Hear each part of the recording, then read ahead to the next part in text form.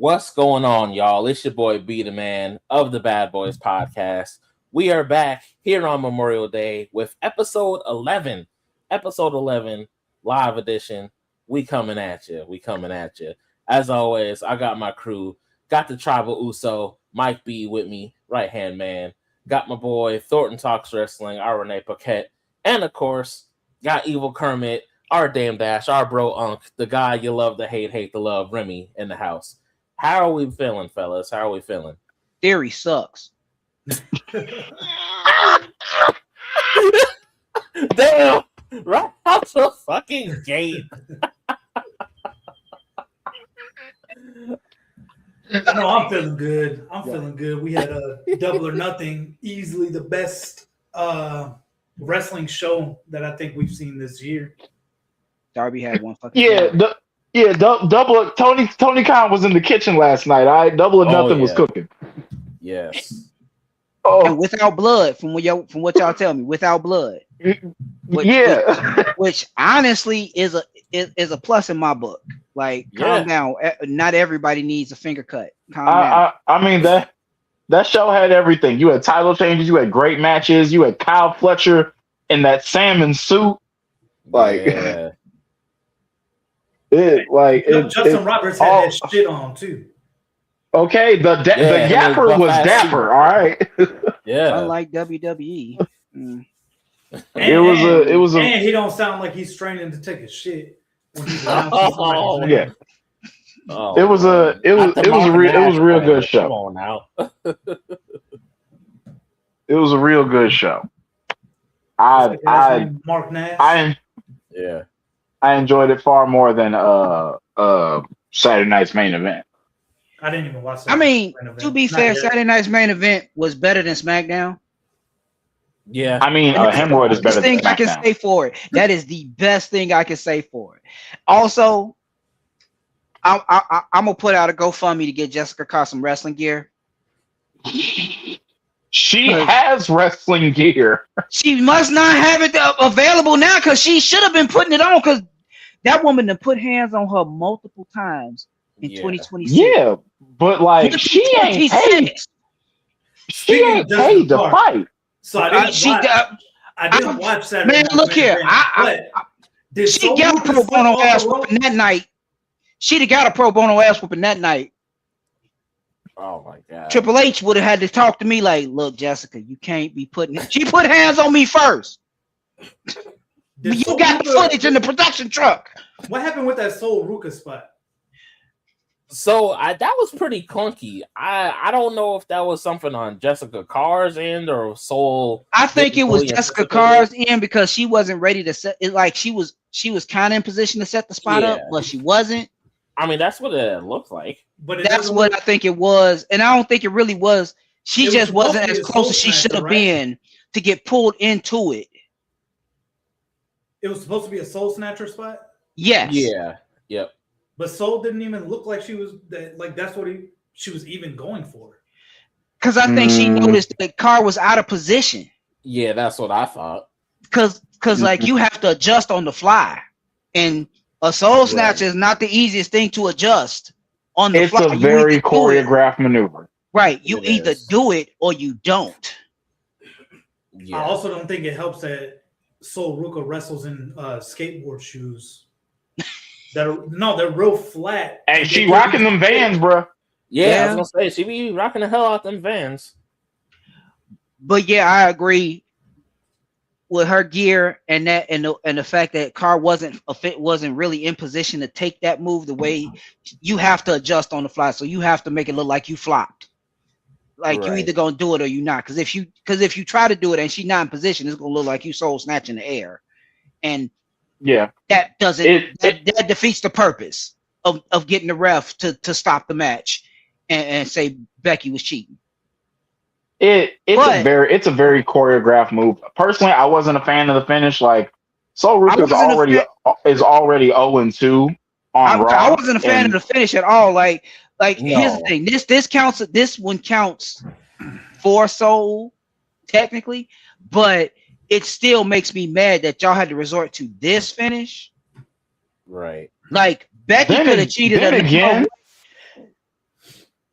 Then again, this ain't the first time they didn't hold her. Because remember what happened last time she was on Saturday Night's Main Event, where she wrestled Bayley, hit the Soul Snatcher, and then instead of that being the finish, Bayley rolled out to the ring and Soul won with a roll up later on. Because she got injured during that match. Bayley got hurt? No, I thought Soul got hurt during that match. That was during the John Cena farewell Saturday Night's Main Event. Yeah. Are you? No, I don't think Soul got hurt during that. Soul got hurt during the Becky match this past Saturday. Soul got hurt during the Last Man Stand match with Zarya, where she fell off the stage. I mean, Zarya should have won that anyway. So good on Zarya. I mean, Zarya did win that. I know. That's why. That's how. I'm saying anything happened during that match, as long as Zarya win, I don't care. They've been hoeing that woman for 2 years. What? They promised us a Brock Lesnar in the women's division, and then they gave us a BFF. That is not who is Brock Lesnar BFF to? Maybe Paul Heyman. Maybe. It's only Paul Heyman. What you mean? It's only Paul Heyman.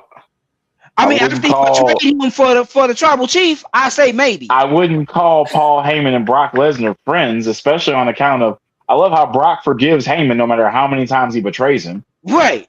That's why I said maybe. Bro, since 2002. Yes. Like, what are we doing? Look here.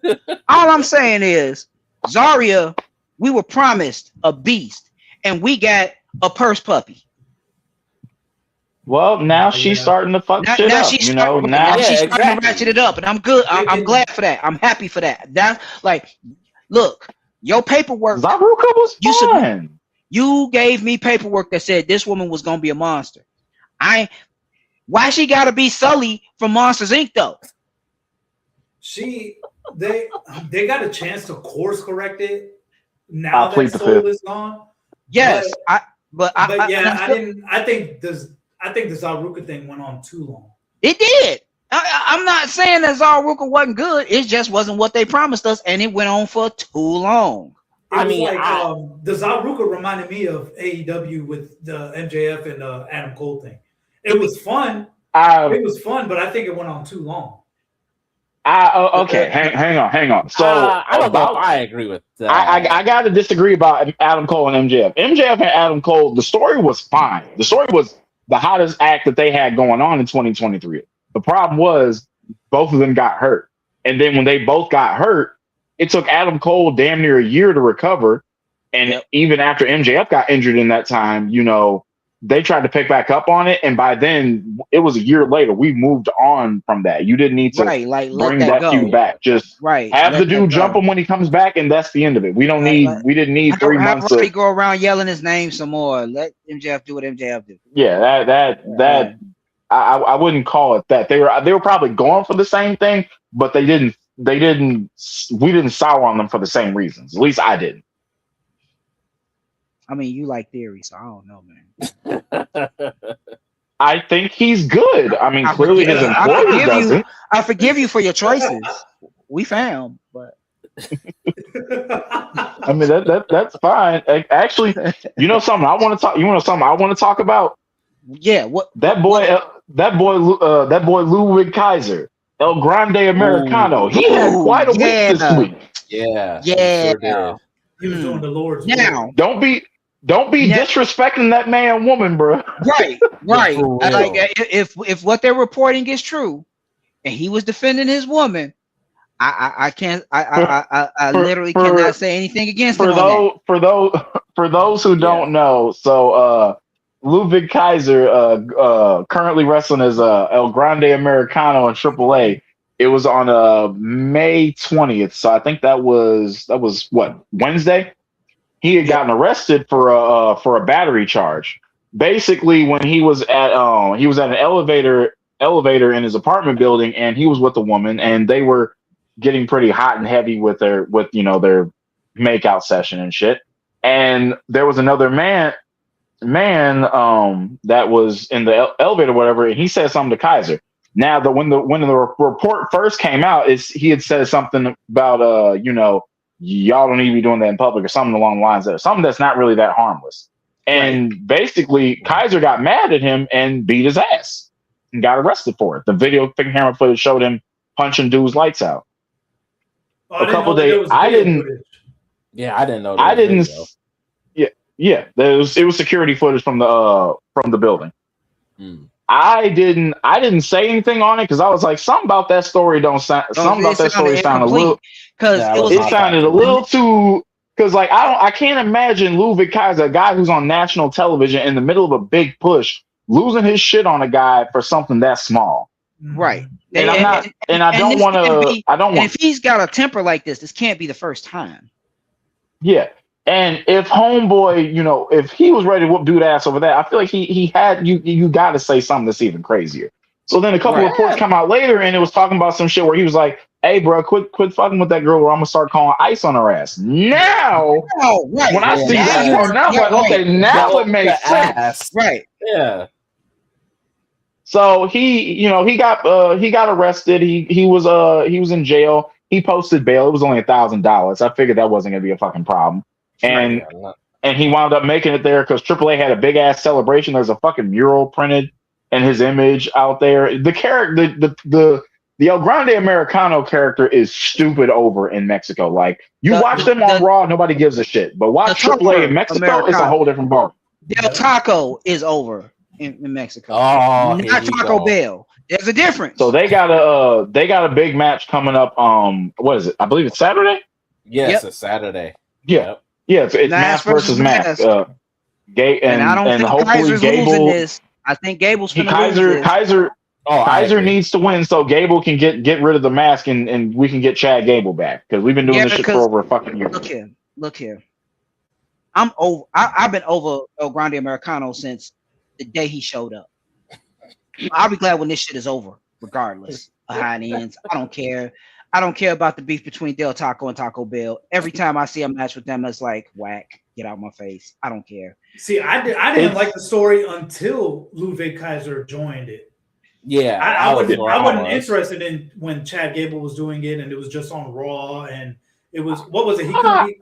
Was it because he couldn't beat Penta? He couldn't beat Luchadors. Right. So he got this that was jumping him. Box that gave him the secrets of the mastering, what was it, the dark arts of Lucha Libre or some shit like that. Yeah, so he left for like 3 weeks and was walking the streets until somebody gave him a mask and a paper bag. And then he popped up literally the next week after somebody gave him a stinky ass mask and a paper bag, and now he's El Grande America. Motherfucker. But yeah, like I didn't like it when they first introduced it. The situation about Kaiser's arrest, could have been a real bad deal because it's like getting arrested while you're in the middle of the biggest push of your career. Yeah. Shit. We've seen how that ends before. Jack Swagger was not very lucky. Y'all remember in 2013, Swag RVD. RVD. I was going to say RVD had 2 belts at the time, didn't he? Yes. Yeah, he was WWE and ECW champion. Him and Sabu got busted with weed and a whole bunch of other drugs, and they got rid of they got rid of that shit. And that was pretty much it for RVD. Literally the next week, he had no titles. Less than a week later, like when Raw came on, never got them back. It was gone by the end of Raw. Pisses me off to this day. Day. So, Kayla Rose asked if we talked about AEW. We did briefly. Double or Nothing was an incredible show. If you haven't watched it, please watch it. From top to bottom, best wrestling show I've seen all year. Yes. WWE can't touch it possibly. AEW, like their television, watching AEW television may be a hit and miss, but on pay-per-view they don't miss. No, they don't. But the show will be long. You're going to get a lot of matches, but you're going to get a lot of good matches. And that last Dynamite / Collision episode before Double or Nothing proves your point. I thought Dynamite was. Y'all yelled at me and made me watch it.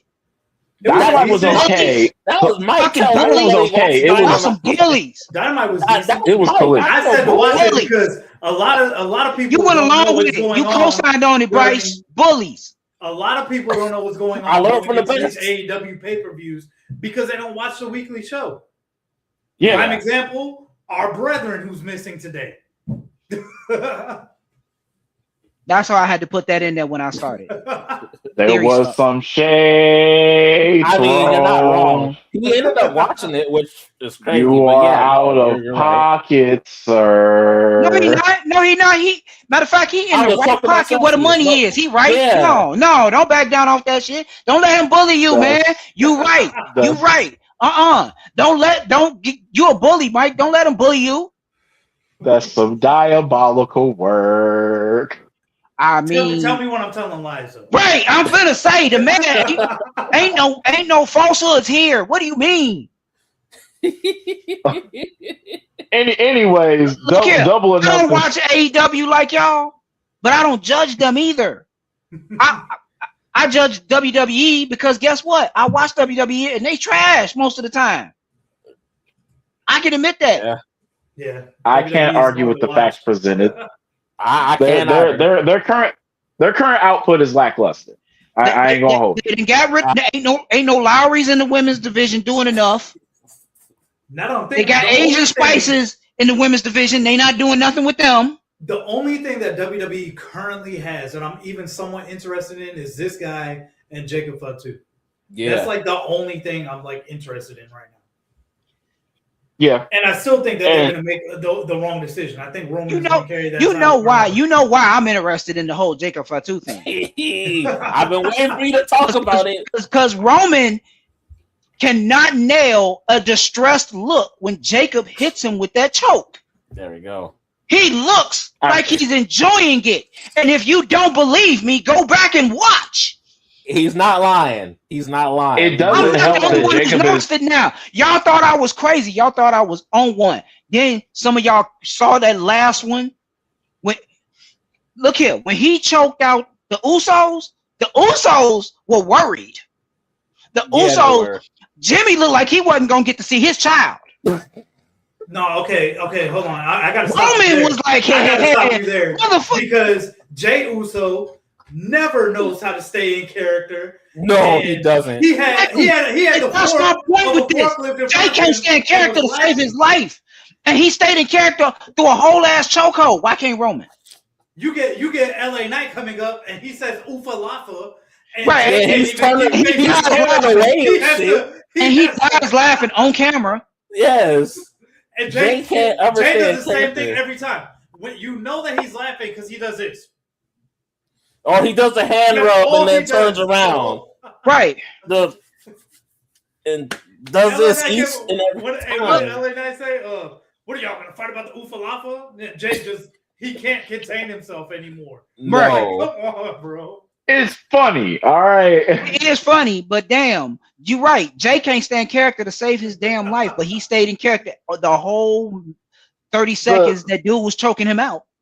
I mean, the problem with Jey in a guillotine one time, and Jey was on camera laughing. Yes, Hell in a Cell 2020, I think. They spend a lot of time bullshitting on there, and unfortunately, WWE's output isn't even that engaged to begin with. Like, I don't expect Jacob to win the title from Roman. I feel like this is just him. This is just something for them to do until he get a proper opponent for SummerSlam, which pisses me off. Because I feel like which at this point I'm afraid is not going to be Oba Femi because of fucking Brock Lesnar coming back. Me too. Don't get me started on that. What the fuck you mean he back? He took off his boots. If that's the case, put Triple H in the match. I want to hear that bullshit. I don't know what retirement means. That's the move that you do when you retire. I don't know if Triple H should be wrestling with that heart monitor. He should not be wrestling. He has a whole ass pacemaker, but he took his boots off in that ring.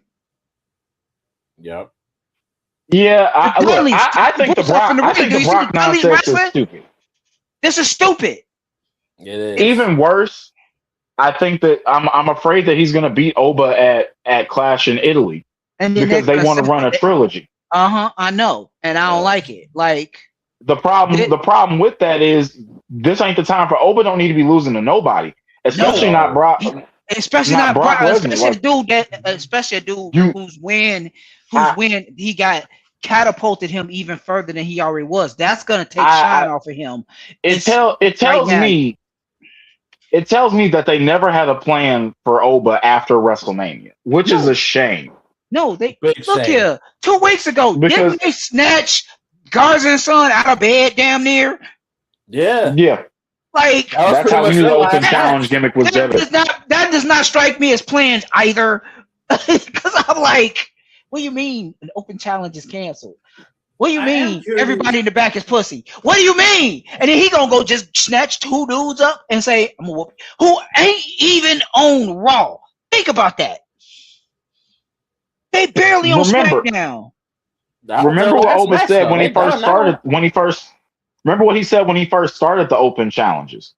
He said, "Well, you know, all the championships are occupied, nigga. Why can't you go do something about that? Why do you have to wait?" Yeah, the logic made no sense, and it's clear as day they don't have a plan. If you don't have a plan, why are you the bookers? It's like we used to ride Vince McMahon's ass for not having a plan week to week and ripping up scripts in the middle of the show while they're live, and it ends up having the show be a repeat of I'm last letting this shit ride because I'm not. I am not letting this go. Okay, so let me ask you. So do y'all think that Lesnar, when Lesnar left his boots and everything in the ring at Mania, do y'all think that was part of the storyline, or do y'all think that he legit was gonna retire and then TKO maybe said that he was breaking his contract or something like that? That's the second part. It was BS for a sports. It was BS for a Sports Illustrated moment. I don't know if I agree with that. I feel like that it was legit, and then whether it was TKO, Nick Khan, somebody was like, "Hey, we gotta get you for a little longer because of the contract or because of whatever circumstance." I agree with Bryce. I feel like that's how it happened. Because I feel like they was like, Brock take his boots off. You get your ass back in that ring, or you get your ass in court. Yeah. And you signed the contract. I don't want to hear shit about your feelings. You signed the contract. I feel as though they could have handled agree this to a different disagree way. on that one. I feel like they could have handled it a different way. Differently. They could have did if that was the case. They could have sent him to TNA and had him kill everybody in TNA. What good does that do to TNA? Yeah, like I didn't say it had to do good. Want TNA to go let's be honest. They don't care. So instead of Brock fucking up the WWE roster, now TNA got to take the L. Wait, how did we get here? That's just violence for the sake of violence. You don't want Oba to take the L. I don't want Oba to take the L. There's 100 other guys in the WWE roster that can eat the L for Oba. It's only 6 others. And I mean, okay. I'm messing with you, but here's what I would have done. But who else would? Like, you gonna send them out to what I would have done. First of all, I'd have sent once WrestleMania was over with. I'd have been like, my original plan was keep Brock in there until it's time for him to put over Gunther at SummerSlam. Now Gunther went to SmackDown to go after Cody. So that's what I was thinking. My plan went out the window when he took his boots off. Because I'm like, Oba Femi, Gunther is right if they're gonna do this thing with Oba Femi, my original plan was to have Oba beef with Gunther, and then when Gunther lost, Gunther's mad at Heyman, and that's when you get Gunther and Brock. But since Gunther went to SmackDown, which tells me that they put Gunther on SmackDown because Randy Orton is legit hurt. Yes, he's either legit hurt or he told the dirt sheet that he's on vacation. And if he's on vacation, then why the fuck did y'all film the angle with him punching Cody at WrestleMania? Right.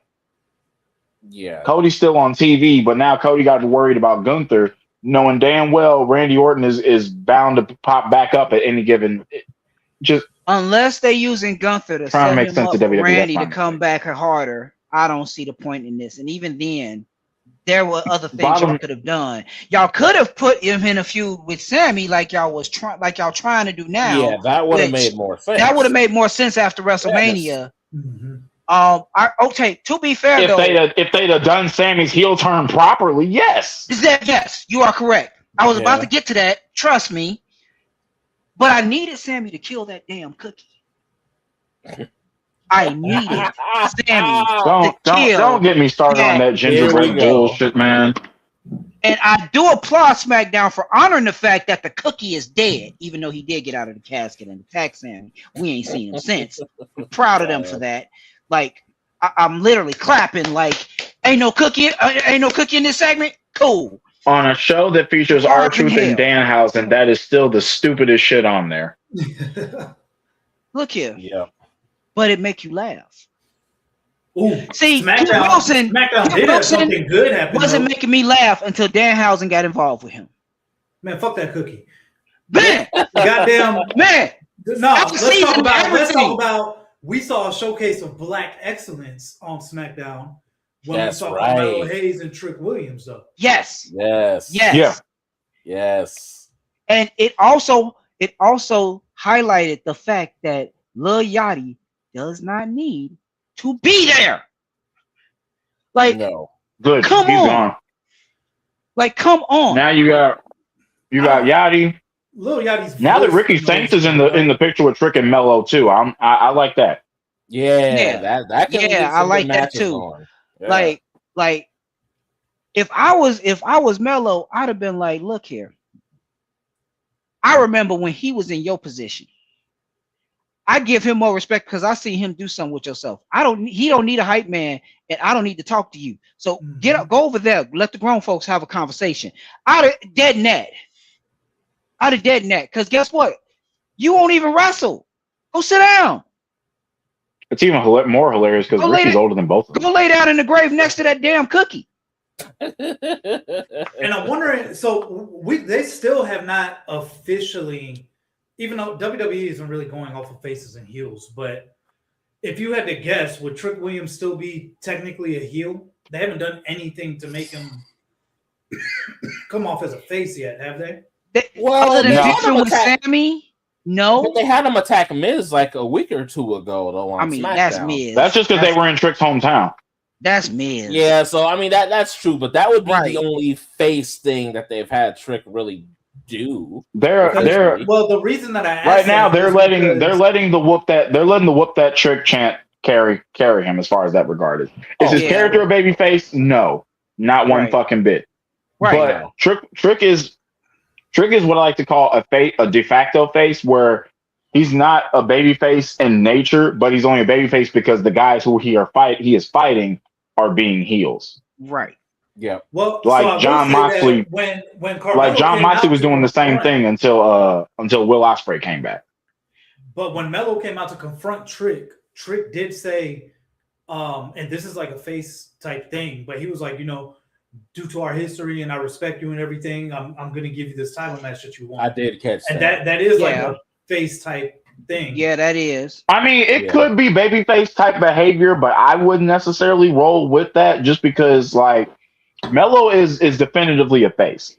Trick Williams, I don't think is. Now, Trick, he can still say that, I'm giving you this out of respect for us and still be a heel about it. At that point, it's just, I'll entertain you based off our history. I still don't like you, but I'll entertain you for 5 minutes because I know I can whoop your ass. Yeah. Remember, the two times they fought in NXT, Trick Williams has Carmelo Hayes' number. Yeah. That he does. Mm-hmm. And they did. I thought they put on a pretty good TV match on SmackDown. Yeah. I think they both did really well. They were a highlight of SmackDown, the few that you get on that damn show. But yeah, so that was cool. That was cool. I don't really have anything else on SmackDown. I honestly, probably like the best match I've probably seen this month before Double or Nothing was I don't know if anybody was watching TNA, but a couple weeks ago they had the 2 out of 3 falls match when they were live, and it was Leon Slater against Cedric Alexander for the X Division title. Oh yeah. Oh, I meant to go back and watch that. If you haven't, please go watch that match. It was absolutely incredible. Like I heard that was like Leon is 1 day away from breaking the record as long as reigning X Division champion, and Cedric is dead set on breaking his heart. And just the match had your flips and your spots and everything, but what elevated it above a lot of other matches with those type of wrestlers is the story being told, with Leon fighting tooth and nail to try to increase his record and become the greatest X Division champion of all time, because he's already the youngest champion. He's already held the belt for a great amount of time. He's still technically the longest reigning champ because he's tied the record with Austin Aries, but he hasn't beaten Austin Aries' record.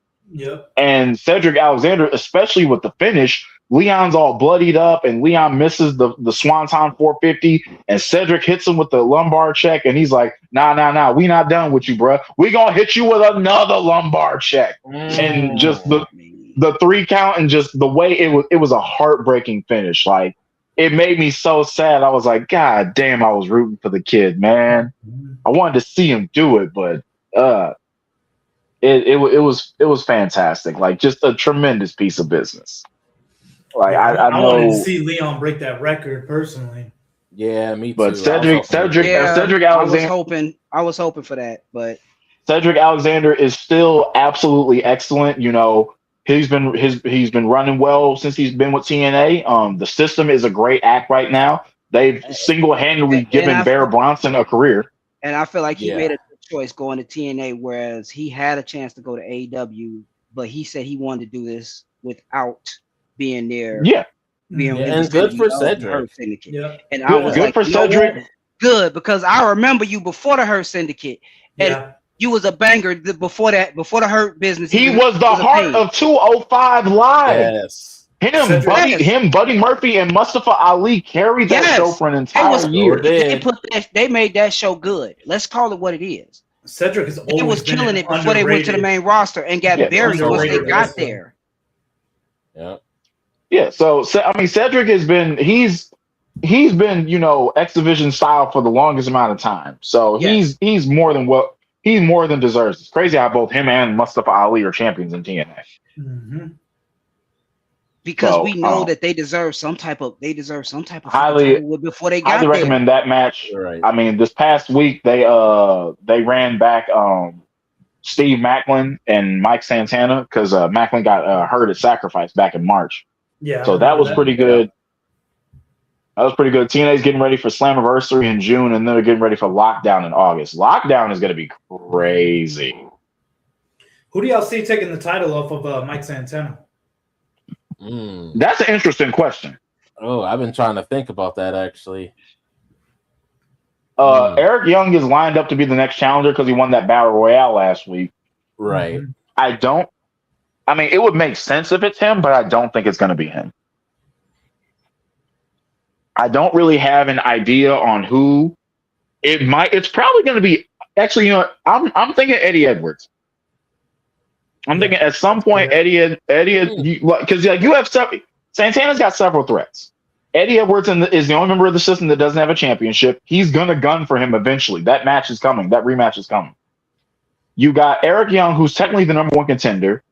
Nick Nemeth still has the Call Your Shot trophy, so he can call his shot whenever. Yeah, he can call his shot whenever to take a shot at Santana. It's just a matter of when he feels like doing it. Although technically Nick Nemeth is a babyface right now. Mm-hmm. Right. So they have options, and it's interesting to see what to go with. Do I have a definitive answer on who I think it will be? No. And I think that's a good thing right now. You can't really predict TNA. Yeah. I love watching TNA.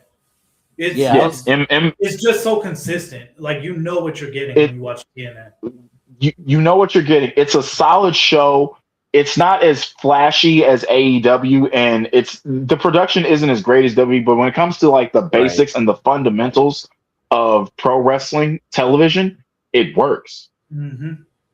It's okay. This is why this feud is happening. This is why this is going on. This is this particular character. And even when there's situations that they can't prepare for, like the way that Mance Warner and Steph DeLander left TNA in the middle of a feud with AJ Francis, mind you, they found a way to do that. And I think them taping their shows weeks in advance, with the exception of a couple of live episodes, that actually helps. Yeah. I do wish the only thing with TNA, of course, we know they don't have as much funds to expend on, you know, professional wrestlers, but that's a good place that I think anybody should consider if they're trying to rebuild themselves and possibly go back to WWE or AEW. I think that's a good spot to look at to rebuild yourself. Speaking of rebuild yourself, guess who popped up in there after the X Division title match? Oh, good old Yes. Fabian Eichner. yeah. Oh, I was yeah. waiting to talk about right. that. I heard about that. I heard about Cesaro at home. Jonathan Yeah. mentioned that, yeah. I have been wondering what he had been doing for about like the last year and a half since he got let go by WWE. Right. Because I'm like, the dude is a great wrestler. I just don't think he got a fair. Yeah, they hold him out in WWE. They hold him out bad. So I wondered when, where he had been at for like the last year or so. And then when he popped up on Impact after Cedric won the title, I was like, oh, okay. Which, okay. I really didn't this is interesting. understand when they separated him from Imperium, because I thought Imperium is good, and that's an act that has made it outside of WWE as well. Yeah. They were a good faction, and I get it. They were trying to separate, Gunther from the two of them because Gunther was going to go out on his own and everything, but they still had Ludwig with him. Yeah. Mm-hmm. Right. And they separated him from Vinci, and for no reason. Because one thing I hate, and WWE is notorious about it, and actually I'm gonna even rant on this even harder in just a second. Is I hate when they break up tag teams and have nothing for either guy to do. Like when they probably the most egregious example in my opinion was when they broke up the Primetime Players in 2014 and then stuck Titus O'Neil with Heath Slater. You broke up the Primetime Players to give us Slater and Gage. Tag partner. Just to give him another tag partner. That's why I'm scared for them to break. That's why I don't. And speaking of egregious shit with tag teams, you want to know one thing that pissed me off about Saturday night's main event? So before the main event, because it was the main event was Street Profits versus Division for the tag titles. Mm-hmm. They aired a video package talking about the history and the prestige and how great the tag team division is, and I'm sitting here like, you niggas just canned Motor City Machine Guns, the Wyatt Six, MFTs, and the New Day in the last month. And y'all got the nerve to talk about how great tag team wrestling is? At a tag division that y'all literally just gutted? That y'all just cleaned the fuck out. Like y'all took the broom too? Are you playing with me? I saw that, and I'm like, I walked out of the room because I was like, you know what? I'm not gonna watch this. I'm not gonna watch this. I'll wait till the match start. But I saw that package start, and I'm like, this is some bullshit. And I walked off. I'm like, playing in my face like that. Yeah, you know that a company's tag team division is horrid when people are sitting there and saying that Enzo Amore and Big Cass are going to come back to save the tag division. I don't care about Enzo Amore. Is that a Joseph statement? Because that sounds like a Joseph statement. Like, did he say that? Don't save him. Don't save him in this podcast. Did he say that? I will fly to New York City to ask him myself. I have heard some reports about. Go look on. I have heard some reports about Enzo being at the Performance Center. I have heard some reports about. I heard about both Cass and him being at the Performance Center. His AEW deal coming up. They was going to save the tag division. Did Joseph say that? Look on the internet. People are associating Enzo. I want to know if Joseph said it specifically. I can't control what people outside the group say. We can jump him though. Did he? I want to know. That sounds like some shit he would say. And in fairness, I think I he like said Enzo Amore. I just don't want to see him in WWE again. I don't want to see either. I don't want to see him or Test Junior back. I promise I don't. Enzo and Big Cass, their time had passed. Yes, they were over as fuck in 2016. Nobody's gonna take that away from them. Right. I think they should have had a run with the tag titles. But it's 2026, and nostalgia ain't that much of a drug. After both of their personal issues took them out of WWE within a matter of months, Big Bill did pretty decently in TNA, and then he did even more decently in AEW. Granted, he ain't done shit after the Learning Tree nonsense. That's what I was gonna say. Wasn't he with Jericho? Yeah. Sadly, it's been an entire year with Jericho that never paid off. Who was it? Never. Brian Keith? Brian Keith. Yeah. Yeah, we shit on WWE all the time for telling stories that take forever and have no payoff. I got to read AEW for filth on that one. That Learning Tree nonsense, like, horrible, hot ass. The only thing good that they did with that was they fed into us not wanting to see them on TV, and Jericho just kept feeding into that. Correct. To be fair, that's how all the Jericho storylines have been for me in AEW, where they'll start off cool for like a month. And then they just fall off. Like it becomes why are we still why is this still in the same gear? Yeah. They stay in the same gear for the longest time. That's like the last time I was interested in anything that involved Jericho was probably that time he put over Action Andretti, and I was in the building for that. I was in the building with everybody going, "Let's go, Jobber!" Wow. And then Jericho's like, "I wanted to make a star," and then Action Andretti ain't done shit since. Yeah, not at all. Jericho Now we split up from Show Rush and ROH, and I don't know what you want me to say there. That's it. Jericho has always had the ability to like reinvent his character, similar to the Undertaker. Undertaker always was reinventing himself. That's how they lasted that long. But I do think Jericho's time. The novelty. He's past his prime, and there's nothing engaging to do with him. Granted, he was integral to AEW's early success. Putting the World Championship on him as the first champion was the right move to make. Yeah. But there comes a time where you got to let some of them veterans fucking go. Yeah. Y'all got a roster with Dustin Rhodes and Billy Gunn. Billy Gunn is 60 years old. Billy Gunn is not wrestling frequently on television. Right. Mm-hmm. Granted, he's not the star that Jericho is. Jericho is a big star in the business. I'll even say huge. But like, bro, we don't need you having feature programs anymore. Right. No. Like, he put over Ricochet at Dynasty, good. Stadium Stampede is good.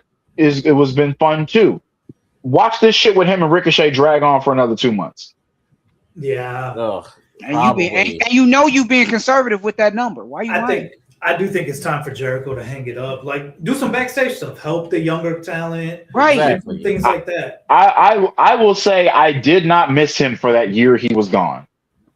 Nope. Happy as hell he was gone. His Didn't even mama realize he was miss gone. him. I mean, it's Jericho. And it's not to take away from anything Jericho has done. Jericho was a huge part of my childhood. I watched him. He's one of the all-time greats. I will put him in that conversation. I was there for him in WCW. I was there when he came over to WWE. I was even there early on in AEW, but I'm tired of him. I remember his ECW stuff. I remember Jericho's ECW. All right, ECW as well. His work in New Japan helped inspire the creation of AEW. Jericho is here. Right. Like Jericho has done his part. He needs to let it go. Mm-hmm. Exactly. Like, I feel like that's the you're problem. 55. You're barely able to hit a lion salt anymore. I am scared he's gonna break his fucking neck one of them days. Man, yeah. I saw did that. Y'all see during a Stadium Stampede when I think everybody was doing those tope suicidas out of the ring, and then Jericho climbed on top and just jumped. And I was like, I was like, everybody why did you need a I want to do it too moment? And that's what I was wondering when I saw that. I was like, you don't need to jump off the top rope. What are you doing? Yep. And he did the here I go thing before he jumped. Yeah. So I was like, Yeah. Ultimately, Jericho's one of the greatest of all time. But it comes a time where you gotta hang it up, bro. Yeah. Step back. It's okay. You will be remembered fondly. Yep. Shawn Michaels was 44 when he retired. It's okay. Jericho, you are 55. You have nothing to prove. You're a first ballot Hall of Famer in everywhere. Like, whether it's ECW, WCW, New Japan, WWE, AEW, his body of work is in. It speaks for itself. It's not like it's not like he trash. But you're at the point where you're giving diminishing returns. It's not trash. It's not trash. It's just an old man trying to keep up with young people and replacing young people when we could be seeing younger stars doing the same shit. Yeah. Yeah, and it's not like 10 years ago because Jericho, it's not like when he was in WWE 10 years ago, and to compensate for, the fact that he can't wrestle like he used to, he ramped up his character work. We had, Jericho on the list, Stupid Idiot. We Jericho, and stuff like that. He's not doing that now. He's trying to do that now, but none of that shit is catching on. There was, I'm Chris Jericho and I'm a wizard and I'm throwing fireballs in people's faces. Yep. Oh God. Then he was the Ring of Honor champion. He was like, I'm the Ocho and the Jericho Appreciation Society. We're sports entertainers. That Jericho Appreciation Society bullshit pissed me off after like 2 days. I'm like that feud with Eddie Kingston and Blackpool Combat Club that dragged on for almost a fucking year. Oh Jesus! The last thing that Jericho did that I thoroughly enjoyed was probably the Inner Circle, because I did like the Inner Circle a lot. I think it was the feud with MJF. Yeah, that was good too. Yeah, I thought that story, like from start to finish, was pretty solid because it didn't drag on for 18 years.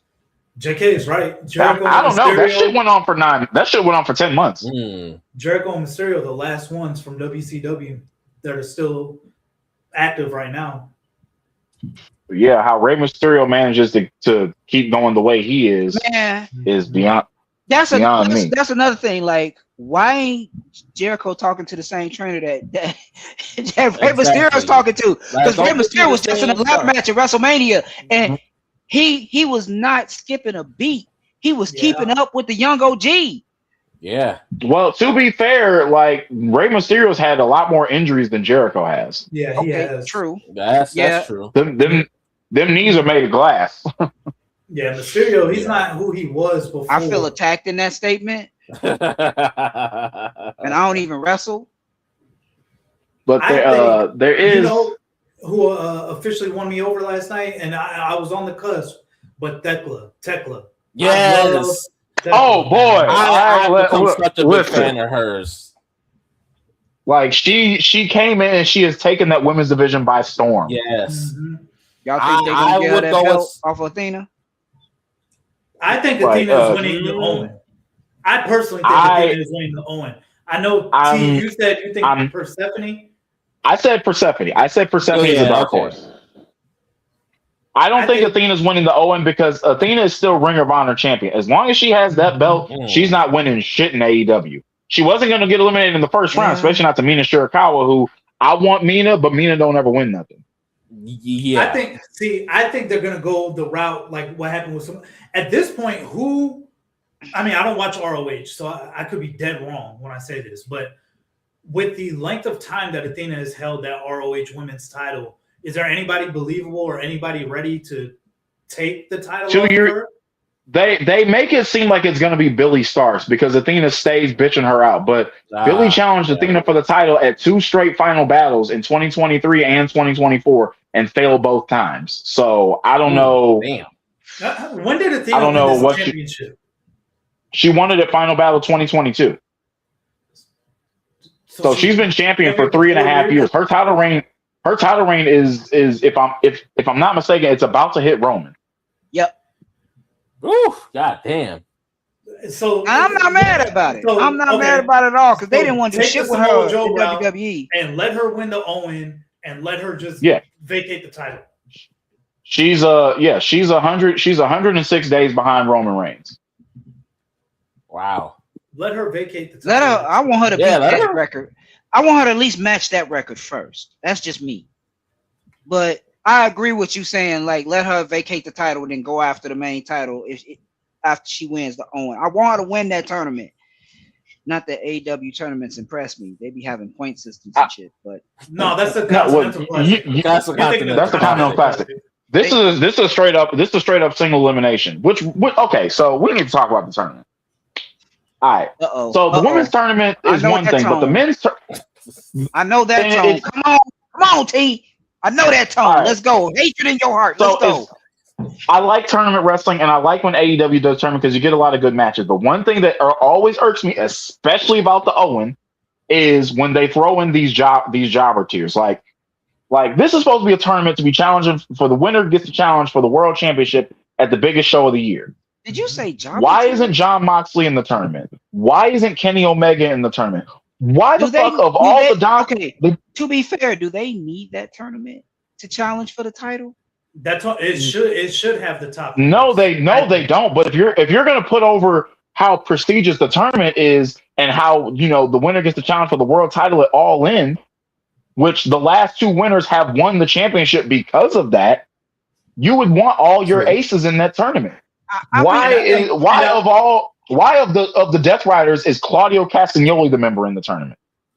I don't know why Jon Moxley was world champion last year. I'm be honest. I don't know why Cesaro is in anything right now. So Remy, you might be looking at it similar to what King of the Ring used to be to elevate somebody to that level. But so this year, the one thing I noticed, and I think I asked you guys yesterday, I was like, it looks like a lot less brackets in this year's Owen than what I remember seeing from years prior. The first two tournaments from 2022 and 2023, they were 16 people each. Ever since 2024, it's been 8-person tournaments. Okay, so okay. So if they're going to do an 8-person tournament, then I think they need to put the heavy hitters in there. Then, at the very least, or at least put fucking point. Or at least put 6 of them in there, and maybe 2 people who could be heavy hitters. Jack Perry has no business being in this tournament. Oh no, Jack Perry doesn't. I will. Mark fight Davis. That fight. He does not. You are right. I think Mark Davis's work has improved this year. Why is he in the tournament over fucking Okada or Andrade or Takeshita or any of the other heavy hitters in the Don Callis family? My question exactly. Because at this point, Brody King perfectly fine. Bandito's all right, and the match with him and Swerve was great. I would like the women's tournament being. I'm gonna get to my issues with the women's tournament in a minute, but the men's tournament blows my fucking mind. Ospreay and Samoa Joe makes perfect sense. Ospreay is gonna be your future face of your company. Joe is a 2-time world champion. All right, cool. Swerve Strickland makes sense. Former world champion. Like that, that makes sense for Joe not winning that. Cool. Yeah, it makes sense for Joe to be in there. It makes sense for Ospreay to be in there. Yeah. Brody King makes sense because Brody King has been a world title contender several times over the last several months. All right, cool. But like, why Claudio? Why Jack Perry? Why Mark Davis? It's number one. It makes the matches extremely predictable because you knew for a goddamn fact Bandito was not beating Swerve. Mm-hmm. And when it comes to Mark Davis or Jack Perry, it don't matter who the fuck is in there. They're jobbing to Will Ospreay in the second round, in the semifinals. Yeah. Claudio is not beating Brody King, and even if he was, he's not winning the tournament. He's not even the big dog of the Death Riders. John Moxley. It would have made so much more sense for John Moxley to be in the tournament and then lose to Ospreay in the final.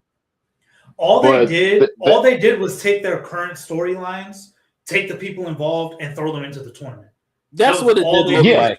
Because Mark Davis beat Jack Perry for that national title.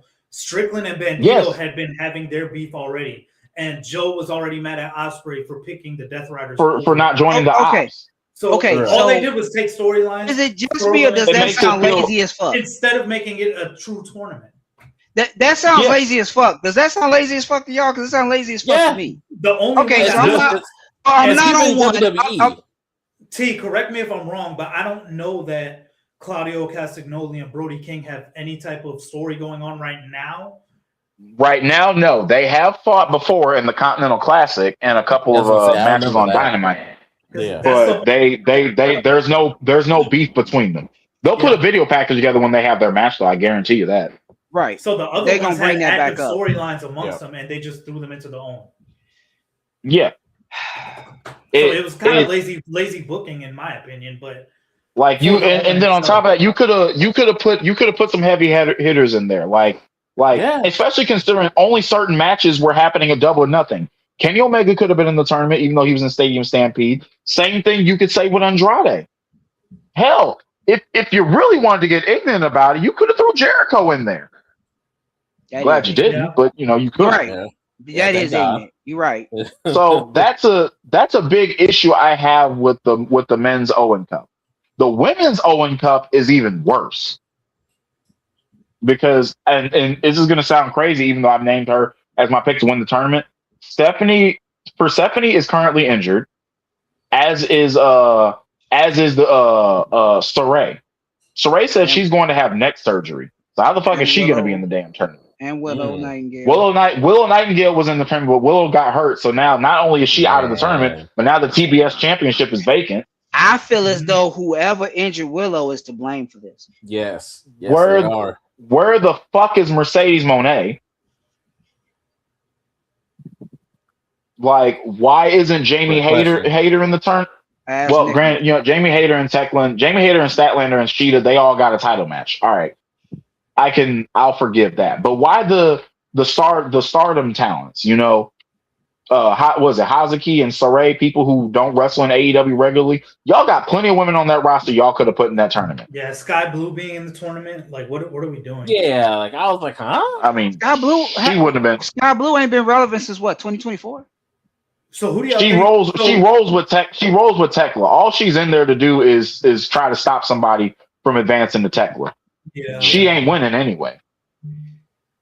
So who are they going to put in there against Alex Windsor at this point? Like, I don't know. Do you think Alex Windsor stands a chance? You know, we already know Will Ospreay's gonna win the tournament. You think they're gonna put the world title on his girl in Wembley? Give them the super happy ending? Nope. You know, that Seth Rollins and Becky Lynch at WrestleMania type deal? Maybe, but I don't see Windsor holding it for long. She's doing the Brawling Birds thing with Hater, but I don't see her in the title. Actually, you know what? I think they're gonna win the tag titles at Wembley. Oh, actually, that's I can see that. Now that you mention it, I could see that.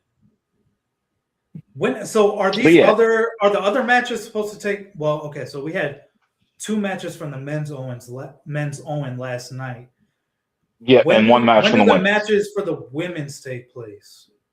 They're going to be on TV, either on Dynamite or Collision over the next couple weeks. They'll announce that card probably tomorrow night for Dynamite.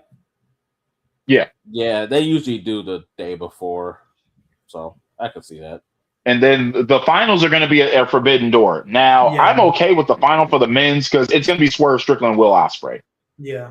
If one theme of these next few months is Will Ospreay getting his win back against guys who have beaten him, which do include Swerve Strickland and Jon Moxley, all right, cool. Remember, Ospreay challenged Swerve for the world title 2 years ago at Forbidden Door. Fucking incredible match, by the way. Mm-hmm.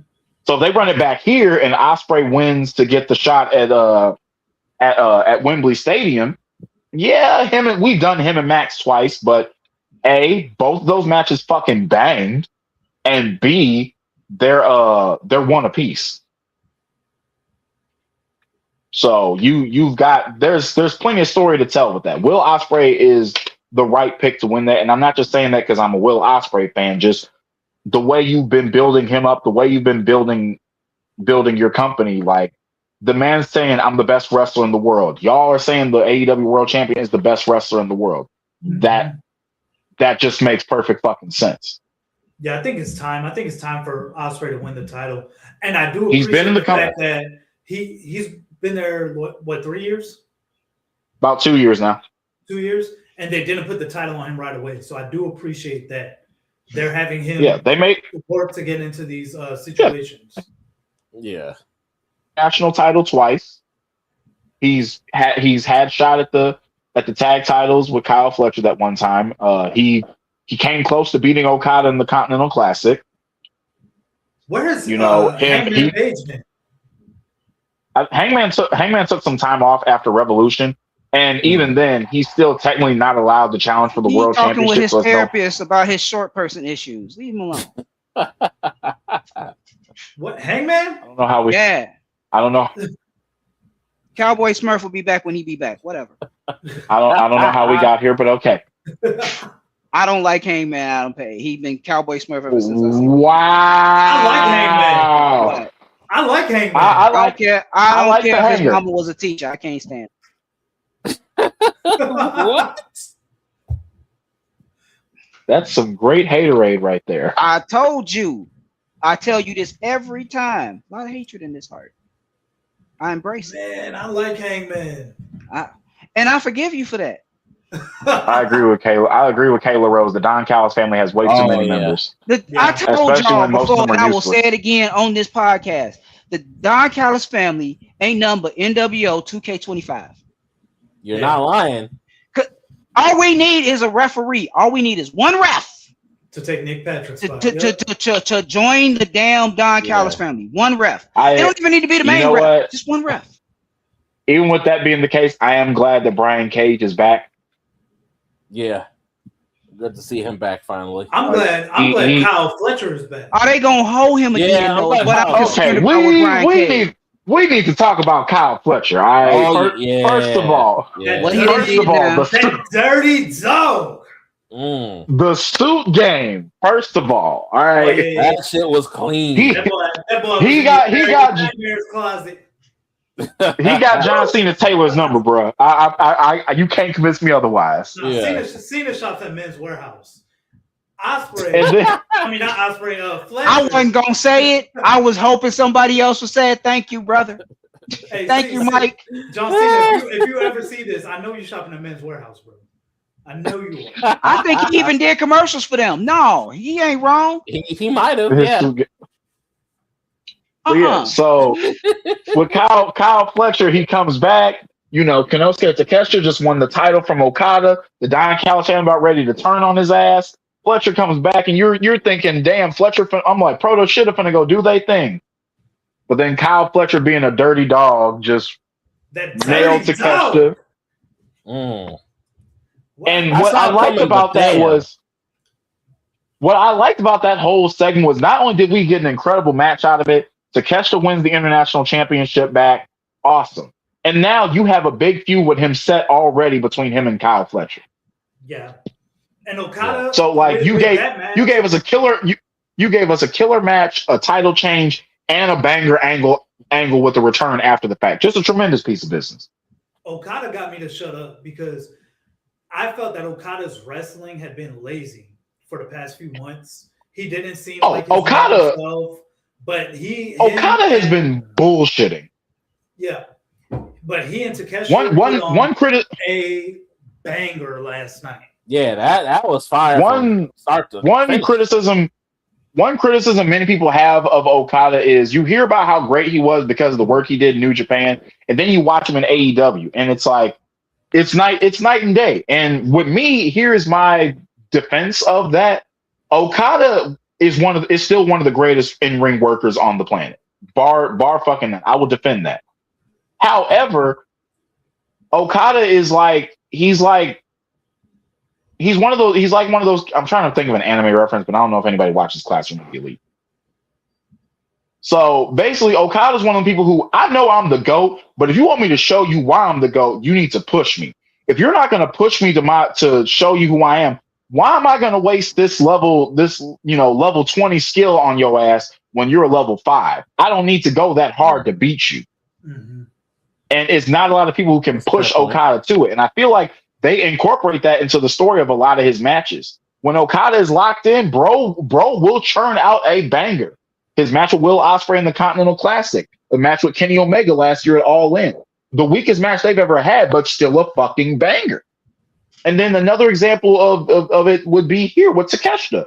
Takeshita was out for blood. He said, "You got me fucked up. You've been disrespecting me for the better part of a year. I want to take your fucking head off your shoulders." And Okada's like, "You ain't shit, bitch." And then Takeshita hits him with the elbow, and he's like, oh, now I got to lock in. Now I got to get serious. All right, then. And that's how you get the match like you did last night. You're not getting that from somebody like Brody King or Speedball Mike Bailey. No, you got to push Okada to go up there and throw down. Ospreay, Omega, Takeshita, those John Moxley, those type of guys will make Okada lock in and throw the fuck down. Mm-hmm. And that's how you get matches like you did last night. What do you think Fletcher goes from here? You think he's going to feud with Takeshita to start off? Absolutely. Start off, yeah. I want to see. Now, do I think he's going to win the championship from Takeshita? That I don't know. But I am looking forward to the match. Both of them were on my Wrestler of the Year list last year. Takeshita is the AEW International Champion. Okay, one of those. Okay. I believe he's New Japan Television Champion. I want to see him win the Continental Classic. I think he needs to this year. Yeah, because he's been a semifinal. He's been a semifinal in the last 2 tournaments, and he beat Okada in both tournaments. And they still ain't game. So I think that Fletcher. First of all, I think he needs to be world champion by no later than 2028. Yeah. No, it definitely needs to happen. I want to see it next year. I think I mentioned that yesterday, but I would like to see it. I don't think it's going to be this year, but next year is a possibility. No later than 2028 for sure. Like, the man has a huge upside. The only thing The only criticism I have for Kyle Fletcher is a lot of them crazy ass bumps he takes. Like, there's a reason. Like Will Ospreay, had to have neck surgery. Y'all, all them pile drivers on the apron and shit like that. Like, bro, you have a bump card. That fucking super sleeper suplex that Moxley gave him at World's End.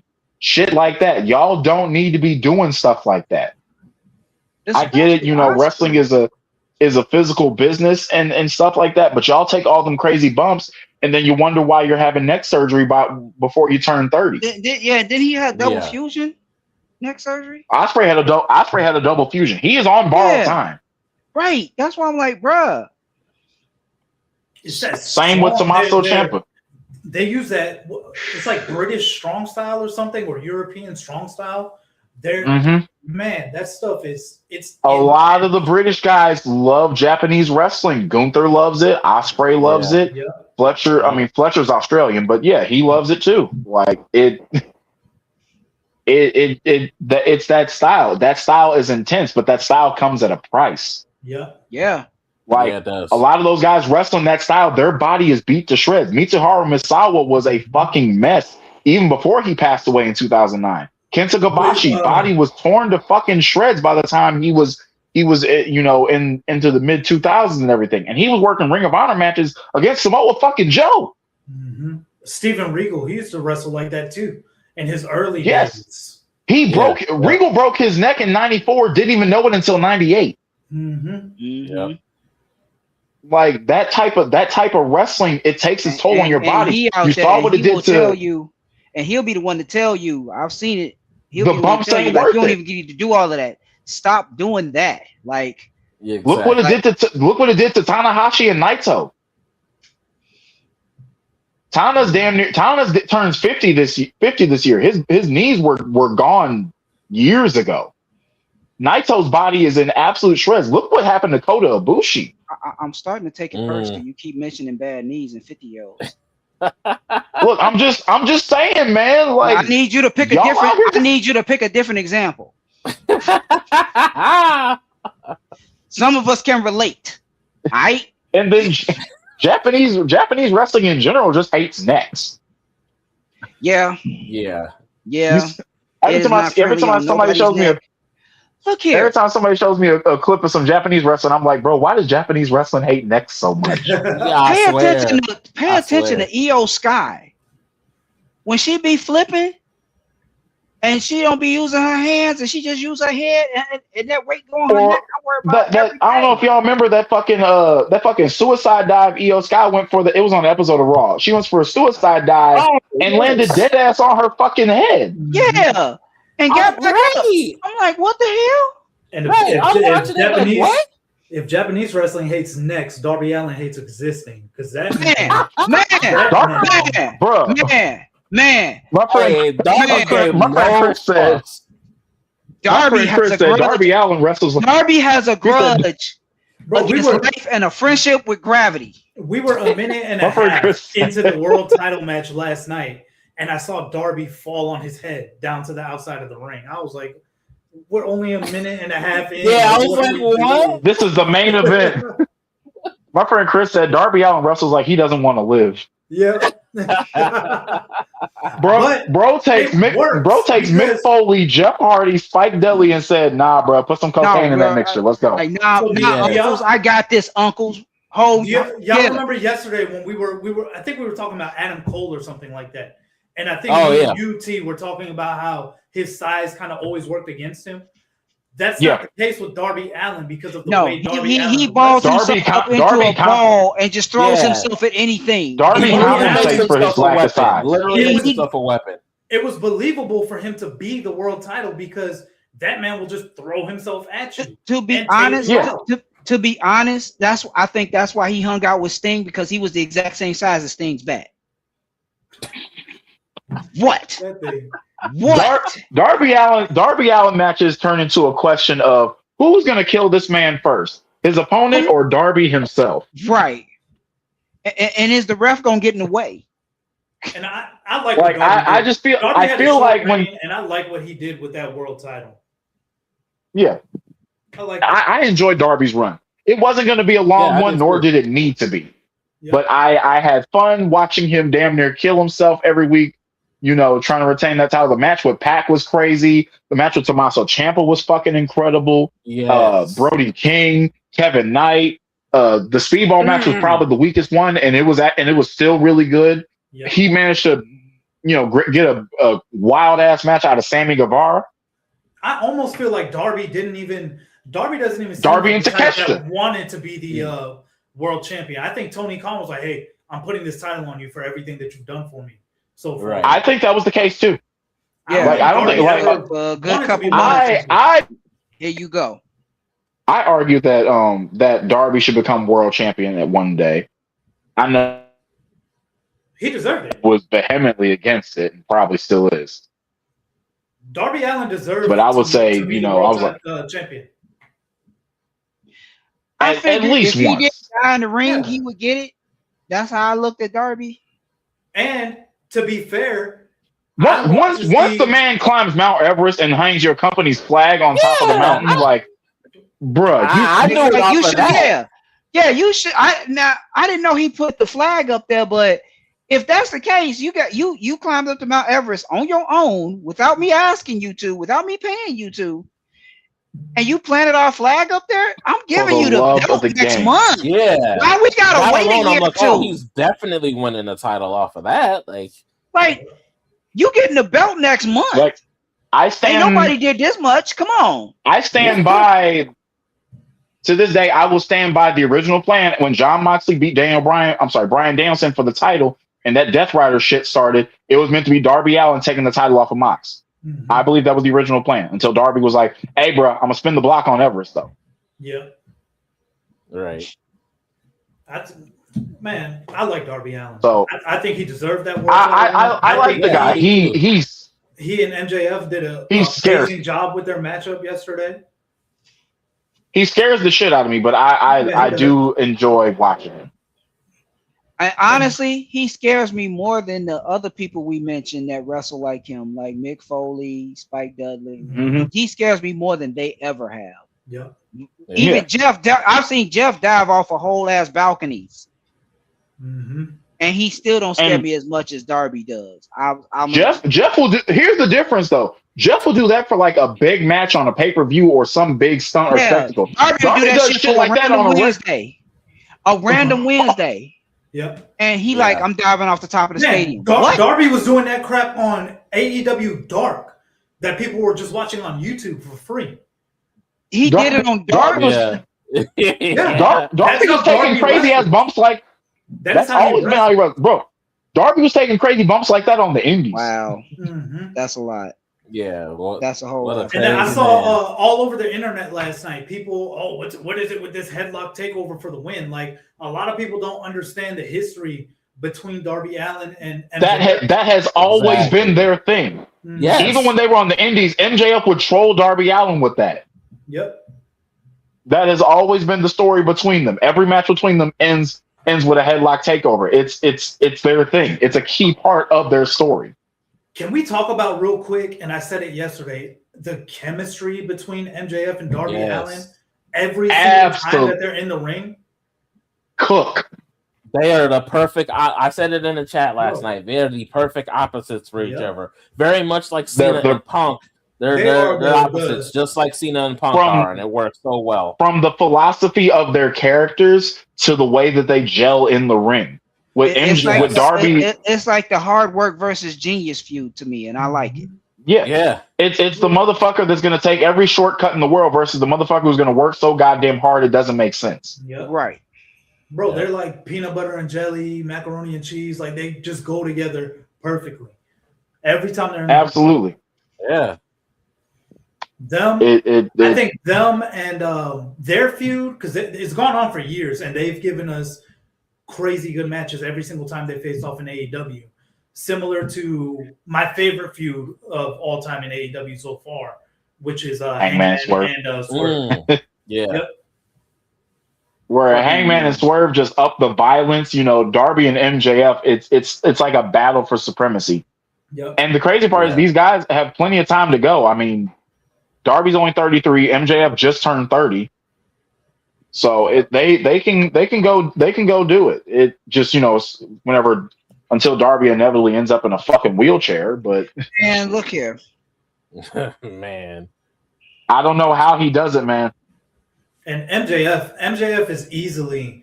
I was thinking about this earlier before we even jumped into the podcast, but I think MJF is. It's not even close. I think he's my favorite current professional wrestler. Like out of I genuinely think he MJF might just be my wrestler of the year right now.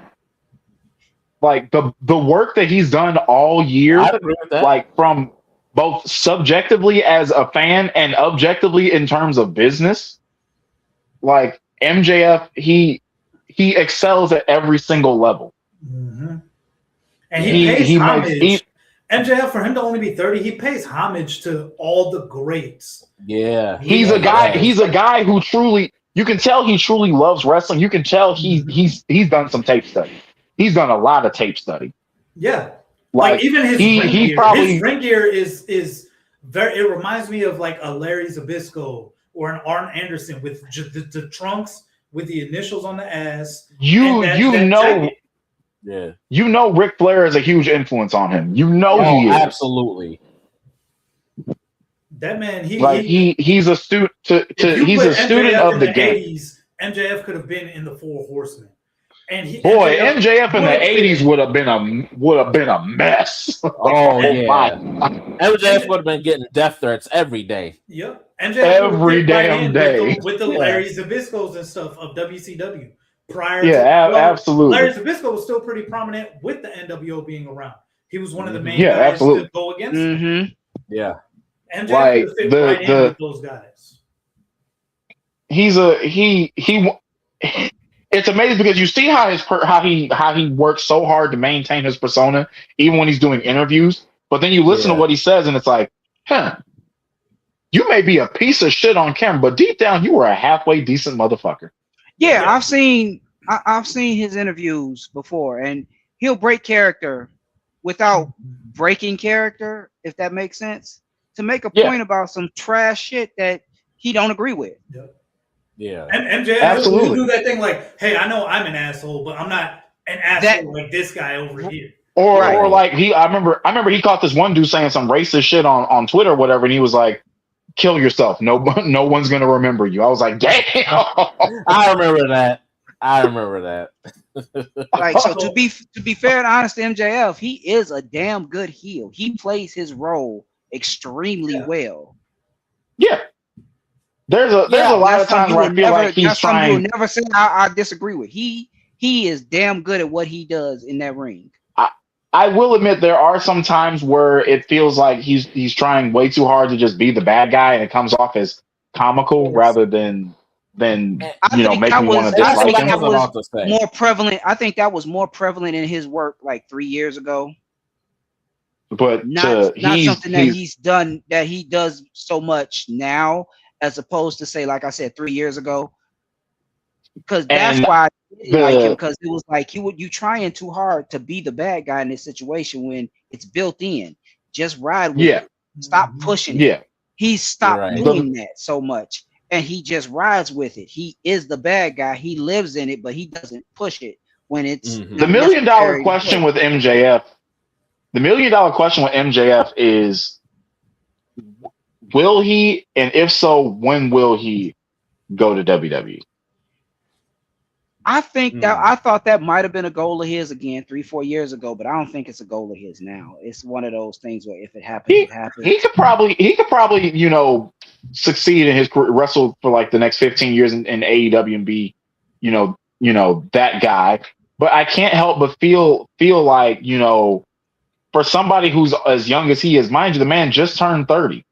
Right. I feel like if his contract expires, we heard him talking about the bidding war of 2024 and jokes and shit like that. And he's like, I'm AEW for life. Mm-hmm. Everybody wants to say that type of shit. We thought Adam Copeland was WWE for life. We thought Sting was never going to go to WWE. We thought AJ Styles was TNA forever. Shit, we thought Kofi we thought Kofi was a lifer. Yeah. It just takes the right time and the right opportunity and the right situation. Right. Every time I say this in it takes for somebody to drop a ball and for a door to open. I think that that's what happens. My bad, Remy. I wasn't trying to cut you off. No, it's cool. I'm old. I can't get my thoughts out that fast. Come on, man. I think that for most professional wrestlers, even to this day, and it's going to change, I think, within the next 10 years, as long as AEW is still around, which I do expect them to be.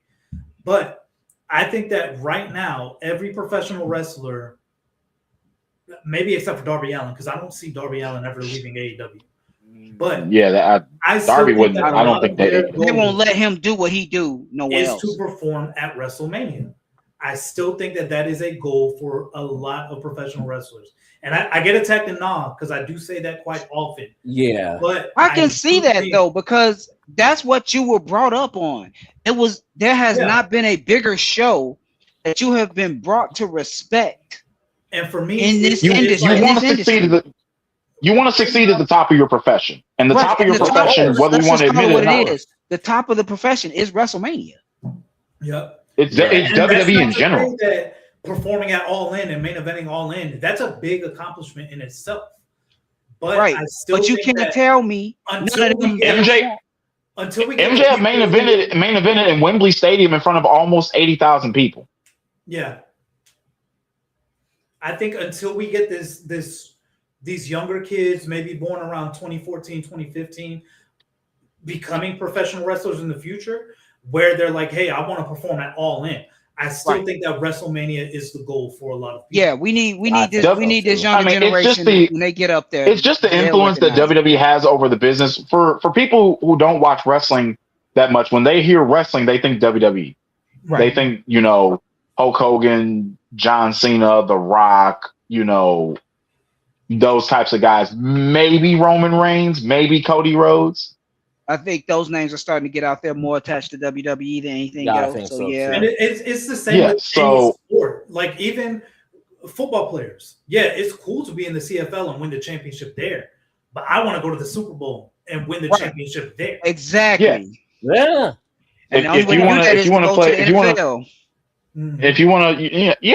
just, you want to win the World Series. You want to win the NBA championship. You want to, be in WWE and stuff like that. It's just the nature of the beast. Mm-hmm. So do I think that MJF will one day chase that? I mean, a long time ago, we wanted Kenny Omega to do the same thing. And I remember when the rumors were right after the first Okada match where they were like, Omega's going to leave New Japan and pop up in the Royal Rumble. Mm-hmm. Yeah, I remember that. Yeah, that didn't happen. And now Omega's probably too old to even give WWE the time of day. Right. Yeah, so it's not for everybody. Failed. And I think what it's going to come down to also, Tony Khan needs to. I don't want to say needs to, because he has plenty of talent over there, but AEW should be built for the next maybe 10 years around MJF. That needs to be your staple guy. That is who your company needs to revolve around. Because MJF is young enough to get it. And with WWE, you're not really achieving anything until you're like 40, is what it seems like. MJF could still leave AEW, go to WWE, and go become a top guy, even in his 40s. Yep. Yeah. He's got the time and the opportunity. Mm-hmm. Just assuming nothing seriously bad happens to him. He's got the time and opportunity. So I think it's good. I think it's interesting. With MJF's wrestling style, that man he can put some years in the business. Yeah, he can. He's not one of the strong style guys. He's not a high flyer. He's very much a technical, scientific style of wrestler. He's a better version of the Miz. Honestly, that's not hard to do. I think that he's. He could be a Bret Hart level of scientific, technical wrestler for this generation. Yeah, but he's also got great heel work, which I put on par, like inspired by guys like Ric Flair. Yep. And for me, that was Bret Hart's major thing. Bret Hart was one of my favorite wrestlers of all time. He didn't have much to his character. And I think that's why he always needed the Hart Foundation. Well, that's because Bret Hart came up in that era where you just needed flash. You didn't need substance. To be fair, as far as his character work goes, he came up in that era where, like with Hulk Hogan, you didn't need substance. You just needed to say your prayers, eat your vitamins, do your workout, and all that other BS. You didn't need backstory. You just needed to be like, and that was the WWE in the 80s and even into the mid 90s. And the formula was what monster is Hulk Hogan killing that week? Vitita's in the chat right now. She brings up one of my biggest gripes with WWE. She said that E is capable of booking people while they're young, but they won't. And she doesn't understand why, and neither do I. Yeah, I don't either. I say it's because they have an ego. If the company has they want to own, they want to own and take credit for all their success. They want to be the focus of the attention, not the person. They want, because when it was the person and not the attention, somewhere or another they felt slighted as a company, which was more so Vince than anything else. And they just and even after leaving Vince alone, they still haven't moved away from that, because TKO is just as bad as Vince was on multiple levels. So they now it's Hunter doing the shit. To be fair, I think Hunter is leaning more towards that than before. Hunter's an egomaniac just as much as everybody else. The biggest example of which is fucking LA Knight. Yeah. And I'm not trying to sit here and say Hunter saved the company or anything. The product is better on some levels, but not really on others. Because again, like you said, Hunter's the one in charge of some of these decisions that are being made. I disagree. And some of the stuff he can't. I don't think Hunter has as much power as people think that he has.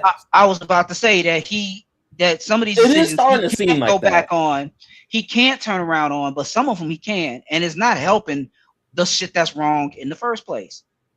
Right. Yeah. The biggest issue is clearly TKO and the way that they have to commercialize the presentation.